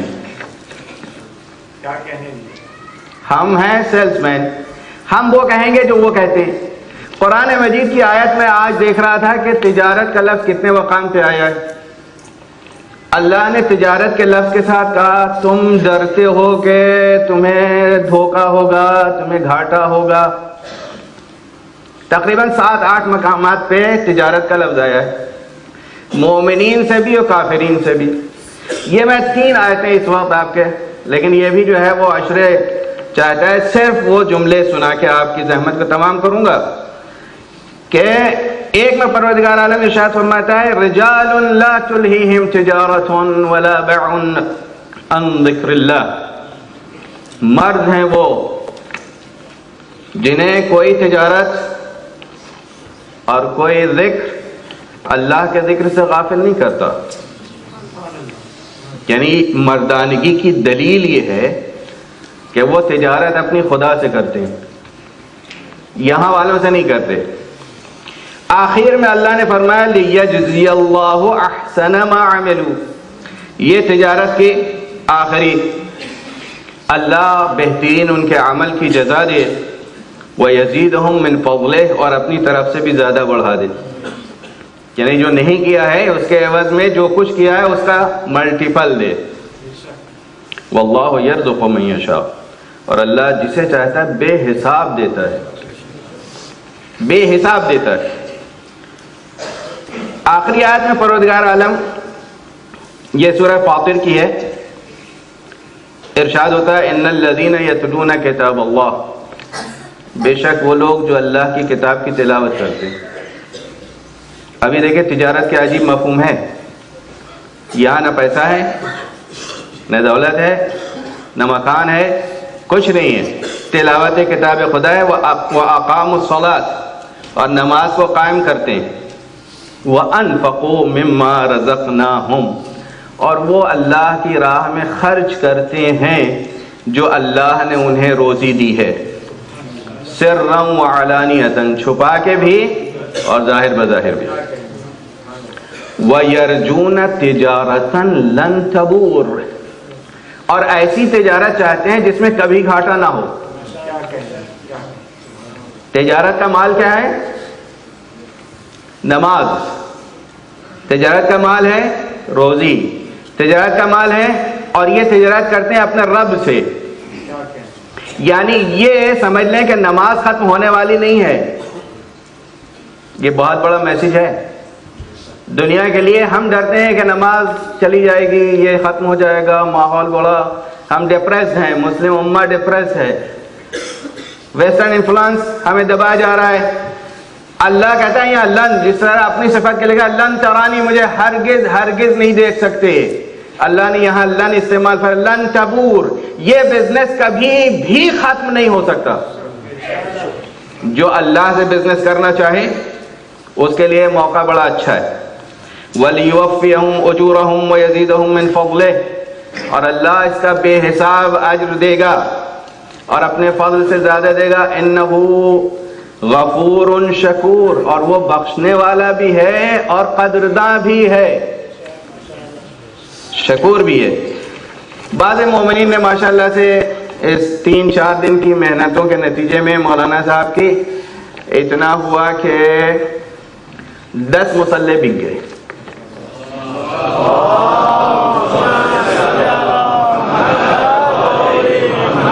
اب 170 باقی ہیں. اور یہ سیلس مین آپ کے سامنے مولانا سے معذرت کے ساتھ کہ اب یہ انشاءاللہ، بعض مومنین نے کہا کہ 2 3 4 اگر مومنین مل کے ایک مسلح خرید سکتے ہیں تو اس سے بہتر کیا ہے، یعنی شریک ہو سکتے ہیں. اور کچھ لوگ اگر نہیں قسطوں میں دینا چاہیں تو قسطوں میں دے سکتے ہیں. اور 2 4 نہیں 5 2، جس طریقے سے. یہ حج نہیں ہے کہ 3000 کے بغیر نہیں ہوگا، 2000 کے بغیر نہیں ہوگا. اس کی مدد آپ جس عنوان سے کرنا چاہیں کر سکتے ہیں، اور قسط وار رکھ سکتے ہیں، اسٹینڈنگ آرڈر رکھ سکتے ہیں. یہ فارم آپ کے سامنے ہے، اور اس کے اوپر 5 سے شروع ہوا ہے پنجتن کے نام سے، پھر 10 15 20 25، جو جس حیثیت کا مالک ہے اور شریک ہونا چاہتا ہے اس باب المراد میں اور اپنا شیئر وہاں لینا چاہتا ہے. کیونکہ یہ باب المراد کسی قوم و ملت و ملکیت کے تعلق نہیں ہے کہ یہ سادات کا ہے، فوجوں کا ہے، فلاں کا ہے، فلاں کا ہے کہ نہیں ہے. یہ امام زمانہ کی پراپرٹی ہے، اور ادارے کے نام ہے، کسی شخص کے نام نہیں ہے. جتنے ٹرسٹیز ہیں اور برنٹ کونسل کے ویب سائٹ پہ جا کر آپ دیکھ سکتے ہیں. اور یہ خدا کا کرم ہے, امام زمانہ کا فضل ہے کہ ہمیں ریزیڈنشل ایریا میں اجازت ملی ہے. اور جو آپ جا کے دیکھ سکتے ہیں بحیثیت ورشپ پلیس, یہ نہیں کہ, اور D1 جو یہاں رہتے ہیں وہ سب جانتے ہیں, اس بات سے واقف ہیں. تو اب اس کے ساتھ یہ اسٹینڈنگ آرڈر ہے, جو حضرات ٹیکس پیئر ہیں وہ بھی یہاں گفٹ ایڈ فارم پہ دستخط کر سکتے ہیں تاکہ ہم اس اگر 100 پورا کر سکتے ہیں. اور اس کے اور بھی جو اس کے ساتھ ہے, اسے 2, 10 جو بھی, ہمیں کچھ بندگان خدا نے 50 پینس بھی دیے ہیں بعنوان خمس, اور ہم نے انہیں رسید ایشو کی ہے. ایک مرتبہ وقار صاحب کہنے والا تھا 50 پینس کی رسید, وہ رسید کی قیمت بھی زیادہ ہے. میں نے کہا کہ ہاں, ہم ملزم ہیں, چاہے 1 پینی دے, حقوق کی رقم ہے, ہم اسے رسید ایشو کریں گے. ہمارے یہاں کوئی بھی ٹرانزیکشن بغیر رسید اور بغیر چیک کے نہیں ہوتا. اور اس کے ساتھ دوسرا فارم ہے کانٹیکٹ فارم, اور اسے بھر سکتے ہیں تاکہ آپ کو ہماری اطلاعات ملتی رہیں, اور آپ کو ہم اپنی, اسی کے ساتھ کیلنڈر ہے جو سال بھر کا پروگرام اس میں موجود ہے. کل اگر مدرسے میں بچے 5 اور 10 آتے تھے, آج ماشاءاللہ سے 50 آتے ہیں. کل اگر مجلسوں میں 10, 20 اور 25 ہوتے تھے, تو آج ماشاءاللہ سے ہر ایک جانتا ہے کہ اوسط جو ہے وہ 150, 200 ہوتا ہے. باب المراد سینٹر یہ نہیں ہے, کچھ لوگوں کو کنفیوژن ہے کہ باب المراد سینٹر یہ جگہ ہے. باب المراد ہیرو روڈ پر ہے, اور وہاں ابھی بورڈ نہیں لگا ہے انفارچونیٹلی. آیت اللہ ہے مکارم شیرازی کا, وہاں بورڈ لگا ہوا ہے. 856, 858 2 بلڈنگیں ساتھ ہیں, اور وہاں موجود ہے, وہاں آ کے دیکھ سکتے ہیں. اس کے پیچھے لائبریری ہے, اور ماشاءاللہ سے الحمدللہ اللہ کے کرم سے کہ وہاں سال بھر تک, ابھی بھی اس وقت ہم یہاں اردو زبان والے پروگرام کر رہے ہیں, وہاں فارسی زبان میں افغانیوں کا پروگرام ہو رہا ہے. یہ نہیں کہ وہاں بند ہے اور کچھ نہیں ہو رہا ہے, وہاں بھی پروگرام مجلسیں ہو رہی ہیں. عزیزان گرامی, یہ اس وقت آپ کے سامنے کھلی ہوئی, اور بھی اس کے ساتھ اگر کسی کو کوئی سوال ہو تو میں حاضر ہوں. ہمارے پاس اجازات علماء مراجع اعظام موجود ہیں, اور میں خود وکیل مطلق ہوں آیت اللہ مکارم شیرازی آیت اللہ عظمہ کا, اور بھی دوسرے آیات اعظام سے ہمیں اجازت حاصل ہے. بالخصوص آیت اللہ سیستانی کا اجازت بھی ہے کہ اس میں 5 لاکھ پاؤنڈ تک ہم ہاتھ لے سکتے ہیں. اس کے بعد اگر کوئی شخص اس کے زیادہ دیتا ہے تو پھر ہمیں مزید اجازت لینی پڑے گی. اور آپ حضرات کا شکریہ کہ آپ نے مدد کی, اور انشاءاللہ ابھی 2 دن ہیں, ہم نا امید نہیں ہیں. اگر 10 بکی ہے تو انشاءاللہ آگے اور بکنے کی امید ہے. ہاں, یہ بہت ناگفتہ کہنا چاہیے کہ حقیقت ہے, آپ حضرات مولانا ولایت کے موضوع پہ گفتگو کر رہے ہیں. ہمارے پاس جوش کے ساتھ ہوش ہونا چاہیے, اور ہوش کے ساتھ جوش ہونا چاہیے. اگر یہ دونوں جدا کر دیں تو دونوں بیکار ہیں. نہ ہوش چاہیے نہ جوش. ایسے ہوش کی ضرورت نہیں جس میں جوش نہ ہو, اور جس میں جوش اور ہوش نہ ہو وہ بھی ضرورت نہیں. دونوں چیزیں چاہیے, لیکن کہاں پر ہوش چاہیے اور کہاں پر جوش, یہ یہاں در اہل بیت پر, فرش اعضا پر بڑے افسوس کی بات ہے کہ یہاں جو دروازے پر ٹھنڈک میں مر رہے ہیں, خدمت کر رہے ہیں, وہ ہندو مذہب ہے. وہ آپ کی خدمت کر رہے ہیں, وہ آپ کو گائیڈ کر رہے ہیں, وہ بتا رہے ہیں یہاں پارک کرو, یہاں پارک نہ کرو. کل اور اس سے پہلے کچھ لوگوں نے گالی گلوچ کی. یہ کون لوگ ہیں, کس کی پیروی کرتے ہیں؟ کربلا معلی میں امام حسین علیہ السلام نے اپنے اصحاب سے فرمایا تھا,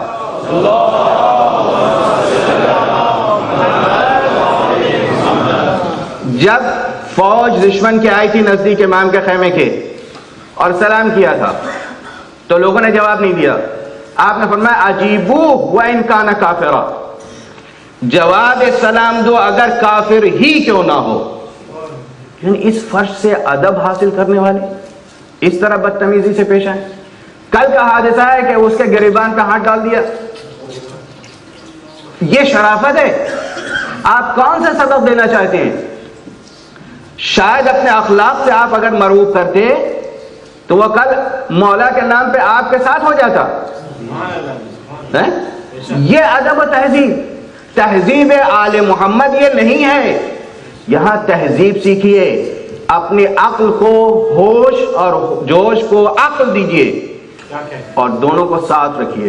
نہ عقل دیجئے نہ ہوش دیجئے نہ جوش دکھائیے. جہاں جس چیز کی ضرورت ہو اس کا استعمال کیجئے. اور اللہ کے واسطے آپ جس نے یہ بدتمیزی کی ہے اس سے کہ میں پہچانتا نہیں، میں اس موقع پہ نہیں تھا، اس نے آ کر شکایت کی. حد یہ ہے کہ کل تک وہ تبرک لے رہا تھا، پرسوں تک، کل اس نے تبرک بھی نہیں لیا.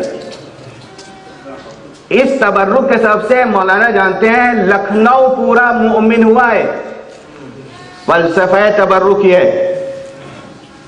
آپ حضرات میں سے جو بھی ہو جس نے بھی اس کے گریبان پہ ہاتھ ڈالا ہو جا کے معافی مانگے، اور اگر نہیں معافی مانگی تو عند اللہ وہ مسئول ہوگا.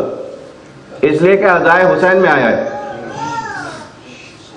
حضرت عباس کے ساتھ اگر ہونا ہے، حضرت علی اکبر کے ساتھ اگر ہونا ہے، اگر ان کے غلام ہیں تو ادب بھی سیکھیے. والسلام علیکم ورحمۃ اللہ وبرکاتہ.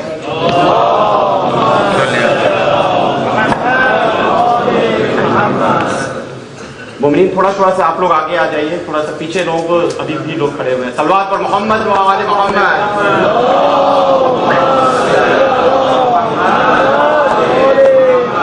باب المراد، باب الحوائج، مشکل کشا. لیکن مشکل کشا علی کا یہ مشکل کشا بیٹا، اس کے حوالے سے، ان کے حوالے سے میں ایک جملہ ذرا عام انداز سے ہٹ کے کہتا ہوں. دنیا میں کسی کو کوئی پریشانی پیش آئے، جیسا ابھی مولانا محترم بتا رہے ہیں کہ علی کی مشکل کشائی خالی صاحب ایمان کے لیے نہیں، ہر مسلمان، منافق، دشمن، مشرک، کافر نام علی لو اور تمہاری پریشانی دور ہوتی. ساری دنیا کا مشکل کشا ہے علی. یہ گھرانہ ساری دنیا کا مشکل کشا ہے، اور عباس اس گھرانے کا مشکل کشا ہے. جب دنیا میں کسی کو پریشانی پیش آتی ہے وہ اہل بیت کو پکارتا، اور اہل بیت کو کوئی پریشانی پیش آئے. عباس کربلا کے میدان میں دیکھ لیجئے، بہت تفصیل کے مسائل کی ضرورت نہیں ہوتی ہے. کربلا کے میدان میں دیکھ لیجئے، بچوں کے دل کا سہارا عباس، سیدانیوں کے دل کی ڈھارس عباس، ماں ام البنین اس کا یقین عباس. ارے اگلا جملہ کیسے کہوں، آقا حسین کا بھروسہ عباس. حسین تو خود مشکل کشا ہے نا، لیکن پورے کربلا کے کسی شہید کی شہادت پر حسین نے یہ جملہ کہا، کمر پکڑ کے بیٹھ گئے، الان انکسر ظہری. عباس تم نہیں گئے، حسین کی کمر ٹوٹ کے رہے. اور یہی وجہ کہ اس گھرانے کا مشکل کشا ہے، یہی وجہ کہ میں نے اپنے بزرگ استاد سے سنا، شہر مدینہ منورہ میرا مولا مسجد النبوی میں نماز پڑھ رہا. ایک بار غلام آتا، کہتا ہے کہ مولا کنیزوں نے یہ پیغام بھجوایا کہ مبارک ہو آپ کے یہاں بیٹا پیدا ہوا. شعبان کی تاریخ. مولا پہلے تو شکرانے کی نماز پڑھتے ہیں، پھر گھر میں آتے. ام البنین کے حجرے میں تشریف لے گئے، ماں کے پہلو میں ننھا بچہ. مولا نے جھک کے اٹھایا، ایک کان میں اذان کہی، ایک کان میں اقامت کہی.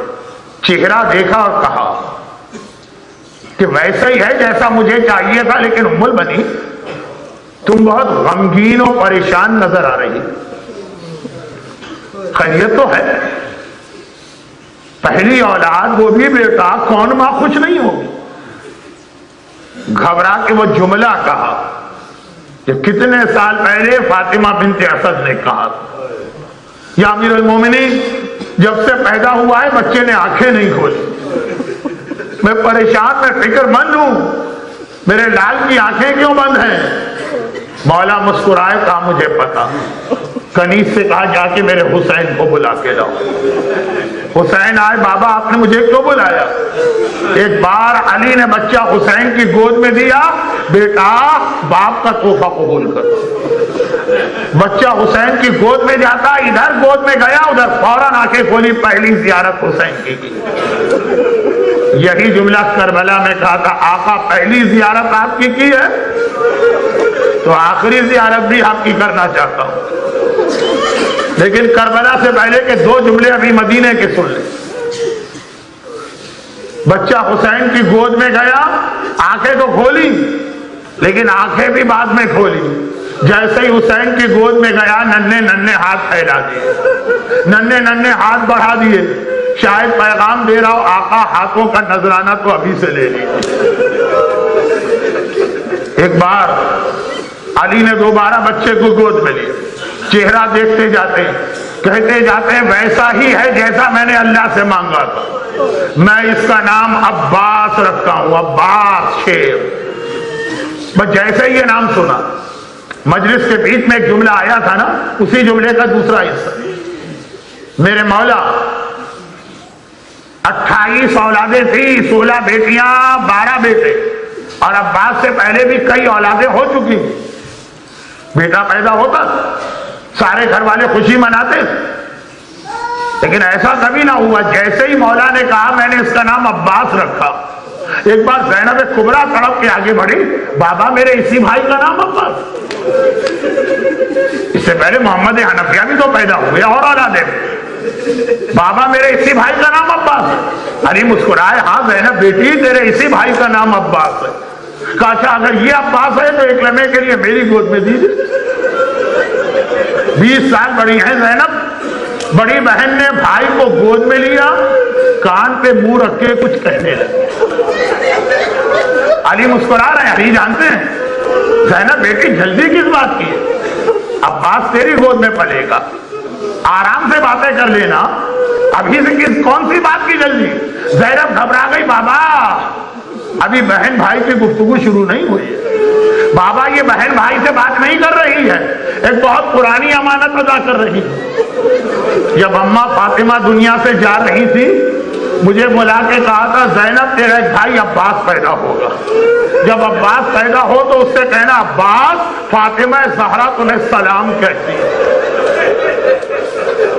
میں نے اماں کا سلام عباس کو پہنچایا، اس لیے کہ فاطمہ زہرا کی مراد ہے عباس۔ ہمیشہ کہا حسن و حسین کے بعد میرا تیسرا بیٹا ہے عباس، فاطمہ کے دل کا چین عباس۔ اور دنیا کی تاریخ میں آپ کو ایسا جرنیل کوئی نہ ملے گا جس نے 72 کی چھوٹی سی فوج کو 30,000 کے لشکر سے اس طرح لڑایا کہ فجر سے لے کے سپہر ہو گئی۔ یہ عباس، یہاں ایک روایت میں نے خود نہیں دیکھی، مرحوم زیدی صاحب پڑھتے، فاطمہ، سیدانیہ، بچے، ام البنین، آقا حسین، سب کے دل کا سہارا عباس۔ مگر ایک روایت خاص میں مرحوم زیدی صاحب سے سنی، شب عاشورہ آئی، ایک بار حسین نے اصحاب کا امتحان لیا، حسین نے پھر بیویوں کا امتحان لیا، اور اپنے اپنے خیمے میں سب چلے گئے۔ آدھی رات کے بعد عباس اپنے خیمے میں تلوار کو سیکل کر کے کل کے جہاد کی تیاری کر رہے ہیں۔ ایک مرتبہ دیکھا ثانیہ زہرا صاحب عصمت صغرا زینب کبریٰ میرے خیمے میں داخل ہوئی۔ ارے عباس تڑپ کے کھڑے ہو گئے، ہاتھوں کو جوڑا، شہزادی آپ نے زحمت کیوں کی ہے، یہ آپ کا ادنا غلام، اسے بلا لیا ہوتا۔ عباس بے شک اپنے آپ کو غلام سمجھے، زینب نے کہا عباس تم میرے بھائی ہو، بہن بھائی کے پاس آئی ہے۔ عباس نے تڑپ کے کہا شہزادی لیکن زحمت کیوں کی؟ کہا اس لیے کہ ابھی تھوڑی دیر پہلے یہ ساری بیویاں میرے پاس آئی ہیں اور مجھ سے پوچھ رہی تھی کہ شہزادی کل ہماری چادروں کا کیا ہوگا، کل ہمارے حجاب کا کیا ہوگا۔ میں نے ان کو کوئی جواب نہیں دیا، میرے جواب کا دار و مدار تیرے اوپر ہے۔ عباس میں ان سے کیا کہوں؟ عباس نے ہاتھ جوڑے، کہا شہزادی جب تک آپ کا غلام عباس زندہ ہے کسی بیوی کی چادر میں کوئی ہاتھ نہیں ڈال سکتا۔ اور زینب کو اتنا یقین ہے کہ اس دنیا میں ایسا کوئی نہیں جو میرے عباس کو مار سکے۔ چنانچہ ایک بار خیمے میں آئیں، کہا بیویوں علی کی بیٹی تم سے وعدہ کرتی ہے کل تمہاری چادریں سلامت رہیں گی۔ آج شب عاشور زینب نے وعدہ کیا اور کل عاشور کی سپہر زینب نے اپنا وعدہ واپس لے لیا۔ کب واپس لیا؟ جب وہ وقت آیا کہ عباس مقتل کی جانب چلے۔ صبح عاشور سے لے کر سپہر تک جب بھی کوئی مجاہد مقتل میں جاتا ہے پہلے طرف کے عباس آتے ہیں، آقا پہلے مجھے میدان میں جانے دیجیے، آقا پہلے میں میدان میں جاؤں گا۔ حسین نے کہا عباس تم میرے لشکر کے علمدار ہو، علمدار پہلے میدان میں نہیں جاتا۔ پھر جب اصحاب امام مارے گئے، اب جب آنان بنی ہاشم کی باری آئی، عباس کی کیا حالت ہوگی؟ آج وہ مرثیہ میری مجلس سے پہلے پڑھا جا رہا تھا، جب لاشا قاسم کو علمدار نے دیکھا، قبضے کی طرف غیظ سے جرار نے دیکھا، جب آنان بنی ہاشم کی باری آئی، ذرا سوچیے عباس پہ کیا گزرے گی۔ ایک مرتبہ تڑپ کے آئے، مولا یہ میرے گودوں کے پالے ہوئے، یہ میرے سکھائے ہوئے، یہ میرے شاگرد، مجھ سے ان کے لاشیں نہیں اٹھائے جا رہے۔ ان کا لاشا اٹھانا پڑا، محمد کا لاشا دیکھا، قاسم کا لاشا دیکھا، اکبر کا لاشا دیکھا۔ عباس کی کیا حالت ہوگی؟ سوچئے تڑپ تڑپ کے کہا آقا میری گود کے پالے، میرے شاگرد، مجھ سے ان کے لاشیں نہیں اٹھائے جا رہے۔ اور حسین نے کہا عباس لیکن تم تو میرے لشکر کے علمدار ہو۔ سپہر کا وقت آ گیا، اب عباس پھر آیا، آقا اب تو جانے دیجئے۔ حسین نے کہا تم میرے لشکر کے علمدار ہو۔ صبح سے یہ جملہ سننے والا عباس تڑپ کے کہتا ہے لیکن مولا اب وہ لشکر رہا کہاں؟ مولا وہ لشکر رہا کہاں جس کا میں علمدار تھا؟ میرے سارے پیاسے سپاہی کوثر کے کنارے میرا انتظار کر رہے ہوں گے۔ حسین نے کہا لیکن عباس تم میرے بابا کی نشانی ہو، تمہیں کیسے اجازت دوں؟ عباس ولایت کی مکمل تشریح، ایک جملہ نہ کہا، خیمے میں آ گئے۔ جیسے ہی خیمے میں آئے ننھی سکینہ تڑپ کے آگے بڑھی اور کہا چچا ابھی یہ سارے پیاسے بچے میرے پاس آئے تھے اور سب نے مجھ سے کہا تھا تم مشکل کشا کی پوتی ہو، گرمی اور پیاس سے کلیجہ پھنکا جا رہا ہے، کہیں سے پانی مل سکتا؟ چچا میں نے سب سے وعدہ کر لیا میں پانی دلواتی ہوں اور تیرے بھروسے پہ یہ وعدہ کیا ہے۔ چچا تیری سکینہ نے تیرے بھروسے پر سارے پیاسے بچوں سے وعدہ کیا ہے، پانی لے آ۔ عباس کے تو دل کی کلی کھل اٹھی۔ ایک مرتبہ جھک کے سکینہ کو گود میں اٹھایا، سکینہ بیٹی تیرا چچا جانے کو تیار ہے لیکن آقا اجازت نہیں دیتے، اور سکینہ کو اتنا بھروسہ ہے اپنی محبت پر، کہا چلیں بابا نے آج تک میری کوئی بات نہیں ٹالی ہے، میں آپ کی سفارش کروں گی۔ ایک عجیب منظر بنا، ننھی بھتیجی چچا کی سفارشی بن کے عباس کی گود میں حسین کے خیمے میں داخل ہوئی۔ حسین امام زمانہ ایک بار یہ منظر دیکھا، سمجھ گئے، کہا عباس میں سمجھ گیا سکینہ کو کیوں لایا جا رہا۔ سکینہ سفارش لے کے آئی، اب میں تجھے نہیں روکوں گا، لیکن سکینہ بیٹی جس چچا کی اتنی سفارش کر رہی ہے، تھوڑی دیر بعد یہی چچا بہت ہی یاد آئے گا، جب تماچے کھا رہی ہوگی، جب کوڑے کھا رہی ہوگی، اس وقت یہ چچا بہت یاد آئے گا۔ لیکن جاؤ عباس میں نے اجازت دی۔ عباس کے لیے اتنا ہی جملہ کافی۔ تڑپ کے گھوڑے پہ سوار ہو کے جانا چاہتے، حسین نے روک دیا، عباس کہاں جا رہے؟ گھبرا گئے عباس، کہیں حکم واپس نہ لے لیا گیا۔ کہا آقا آپ ہی نے اجازت دی ہے۔ کہا عباس تم مقتل میں نہیں جا سکتے جب تک کہ میرے ساتھ زینب سے بھی اجازت لے کے نہ آؤ۔ ارے 55 برس کی بوڑھی بہن، 34 سال کا کڑیل جوان بھائی سامنے آئے، نگاہیں نیچی کر کے کہے شہزادی اب اس غلام کو مرنے کی اجازت دیجیے۔ عزاداروں ذرا سوچو زینب کے دل میں کیا قیامت گزری ہوگی، مگر نہیں، یہ علی کی بیٹی ہے، یہ شریکت الحسین ہے۔ ایک بار سر اٹھا کے کہا عباس اتنا تو آپ نے سنا ہے کہ علی اکبر شفیع رسول خدا تھے، تو عباس کون تھے؟ عباس شفیع علی مرتضیٰ ہیں۔ زینب نے کہا عباس جب مجھے بابا یاد آتا تھا میں تمہارا چہرہ دیکھ لیا کرتے، لیکن نہیں، نانا کے دین کے لیے زینب ہر قربانی دینے کو تیار۔ جاؤ عباس میں نے تمہیں خدا حافظ کہا، بھائی اتنا سنتے جاؤ۔ ایک دن بابا کے پاس بیٹھی، بابا کی نگاہیں میرے بازوؤں پر پڑی، میرا بابا رونے لگا۔ میں نے کہا بابا آپ میرے بازو دیکھ کے کیوں رو رہے ہیں؟ کہا زینب جہاں آج شہزادی بن کے بیٹھی ہو ایک دن قیدی بن کے لائی جاؤ گی، سر پہ چادر نہیں ہوگی، بازوؤں میں رسی ہوگی، وعدہ کرنا بد دعا نہ کرو، بد دعا نہیں کرو گی، میں نے وعدہ کر دیا۔ مگر سوچا جس بہن کا ایک بھائی ہوتا ہے کوئی اس کی چادر پہ ہاتھ نہیں ڈال سکتا، میرے تو 12 بھائی ہیں، 12 بھائیوں کی بہن، اور عباس جیسا شیر جڑی میری چادر کا محافظ۔ لیکن عباس جب تم چلے، اب زینب کو پتا چل گیا، وہ وقت آ گیا جس کے لیے بابا نے کہا تھا عباس تم نہیں جا رہے، زینب کی چادر چھن رہی، زینب کے بازوؤں میں رسی بن رہی، زینب قیدی بن رہی۔ علم برآمد ہونے والا ہے۔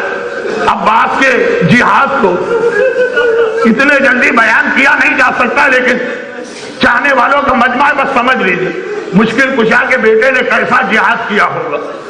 دشمن نے بھی کہا ہوگا ایسا لگ رہا ہے آج عباس فرات کی جانب نہیں جا رہے، حیدر کرار خیبر کو فتح کر رہے ہیں، حیدر کرار کا بیٹا، حیدر فاتح خیبر کا بیٹا فرات پہ جا کے قبضہ کیا، پانی کی مشق کو لے کے واپس آ رہا، 30,000 کے لشکر نے عباس کو گھیرے میں لیا۔ عمر سعد نے کہا سپاہیوں پانی خیمے میں نہ پہنچنے پائے ورنہ غضب ہو جائے گا۔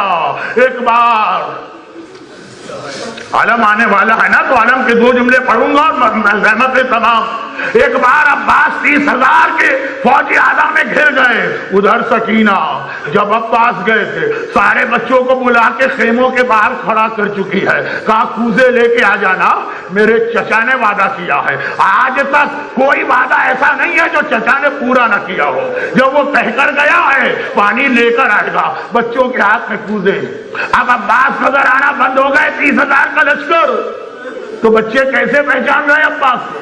اب بچے عباس کو نہیں دیکھ رہے، علم کو دیکھ رہے ہیں۔ عزاداروں آپ ہی علم کی زیارت نہیں کرتے، کربلا کے سارے نبی زادے امام زادے علم کو دیکھ رہے ہیں۔ علم بڑھا، علم بڑھا، علم بڑھا، فرات کا قلم گیا، علم واپس آیا۔ وہ علم جو واپس آیا سکینہ خوش ہو گئی، کہا بچوں دیکھا میرے چچا نے وعدہ پورا کیا نا، یہ علم نہیں آ رہا یہ پانی آ رہا ہے، تیار ہو جاؤ۔ لیکن آگے بڑھتے بڑھتے ایک بار علم دائیں طرف جھکا، ایسا لگا علم گرنے والا، سکینہ گھبرا گئی، اللہ خیر کرے یہ علم جھکا کیوں؟ نہیں علم سمجھ گیا، علم سمجھ گیا، سیدھا ہاتھ بے شک کٹ گیا ہو، عباس نے علم سنبھالا، علم اور آگے بڑھا، سکینہ نے کہا تیار ہو جاؤ۔ ایک بار علم بائیں طرف جھکا، سکینہ پھر پریشان، اللہ خیر کرے یہ میرے چچا کا علم کیوں جھکا؟ الٹا ہاتھ کٹ گیا، عباس نے علم سنبھالا، علم اور آگے بڑھا، اب بہت قریب آ چکا ہے، سکینہ خوش ہو گئی، مگر ایک بار دیکھا بڑھتے بڑھتے علم زمین کربلا پہ ٹھنڈا ہوا، آواز آئی آقا علیکہ منی السلام، اپنے غلام کا آخری سلام لیجیے۔ سکینہ نے پانی کا کوزہ ہاتھ سے پھینکا، زمین کربلا ایک بار کہا چچا مجھے پانی نہیں چاہیے، سکینہ پانی نہیں چاہیے، تو آ جا، تو آ جا۔ مگر حسین ایک بار چلے، میں مسائل ختم کرتا ہوں، ہمارے ماتمی اس سے زیادہ سن نہیں سکتے، بس آخری جملے سنیے، ایک لمحے ٹھہر جائیے، آخری جملے۔ حسین گئے، ایک بار علم لے کر آئے، علم زینب کو دیا، کہا زینب اب میں جا رہا ہوں، عباس مرا اب میں جا رہا ہوں۔ علی کی بیٹی نے علم لیا، صحنِ خیمہ میں آئی، آواز دی اے کلثوم، اے رقیہ، اے فروا، اے رباب، اے لیلا ذرا آنا تو۔ ساری بیویاں آ گئیں، زینب کے ہاتھ میں علم ہے، زینب کہتی ہے بیویوں میں نے کل رات کو وعدہ کیا تھا تمہاری چادر سلامت ہے، میں اپنا وعدہ واپس لیتی ہوں، جس کے بھروسے وعدہ کیا تھا میرا عباس مارا گیا، علم آ گیا علمدار نہ آیا، علم آ گیا علمدار نہ آیا، واپس اپنی اپنی جگہ سے کھڑے ہوئی، علم آ گیا علمدار نہ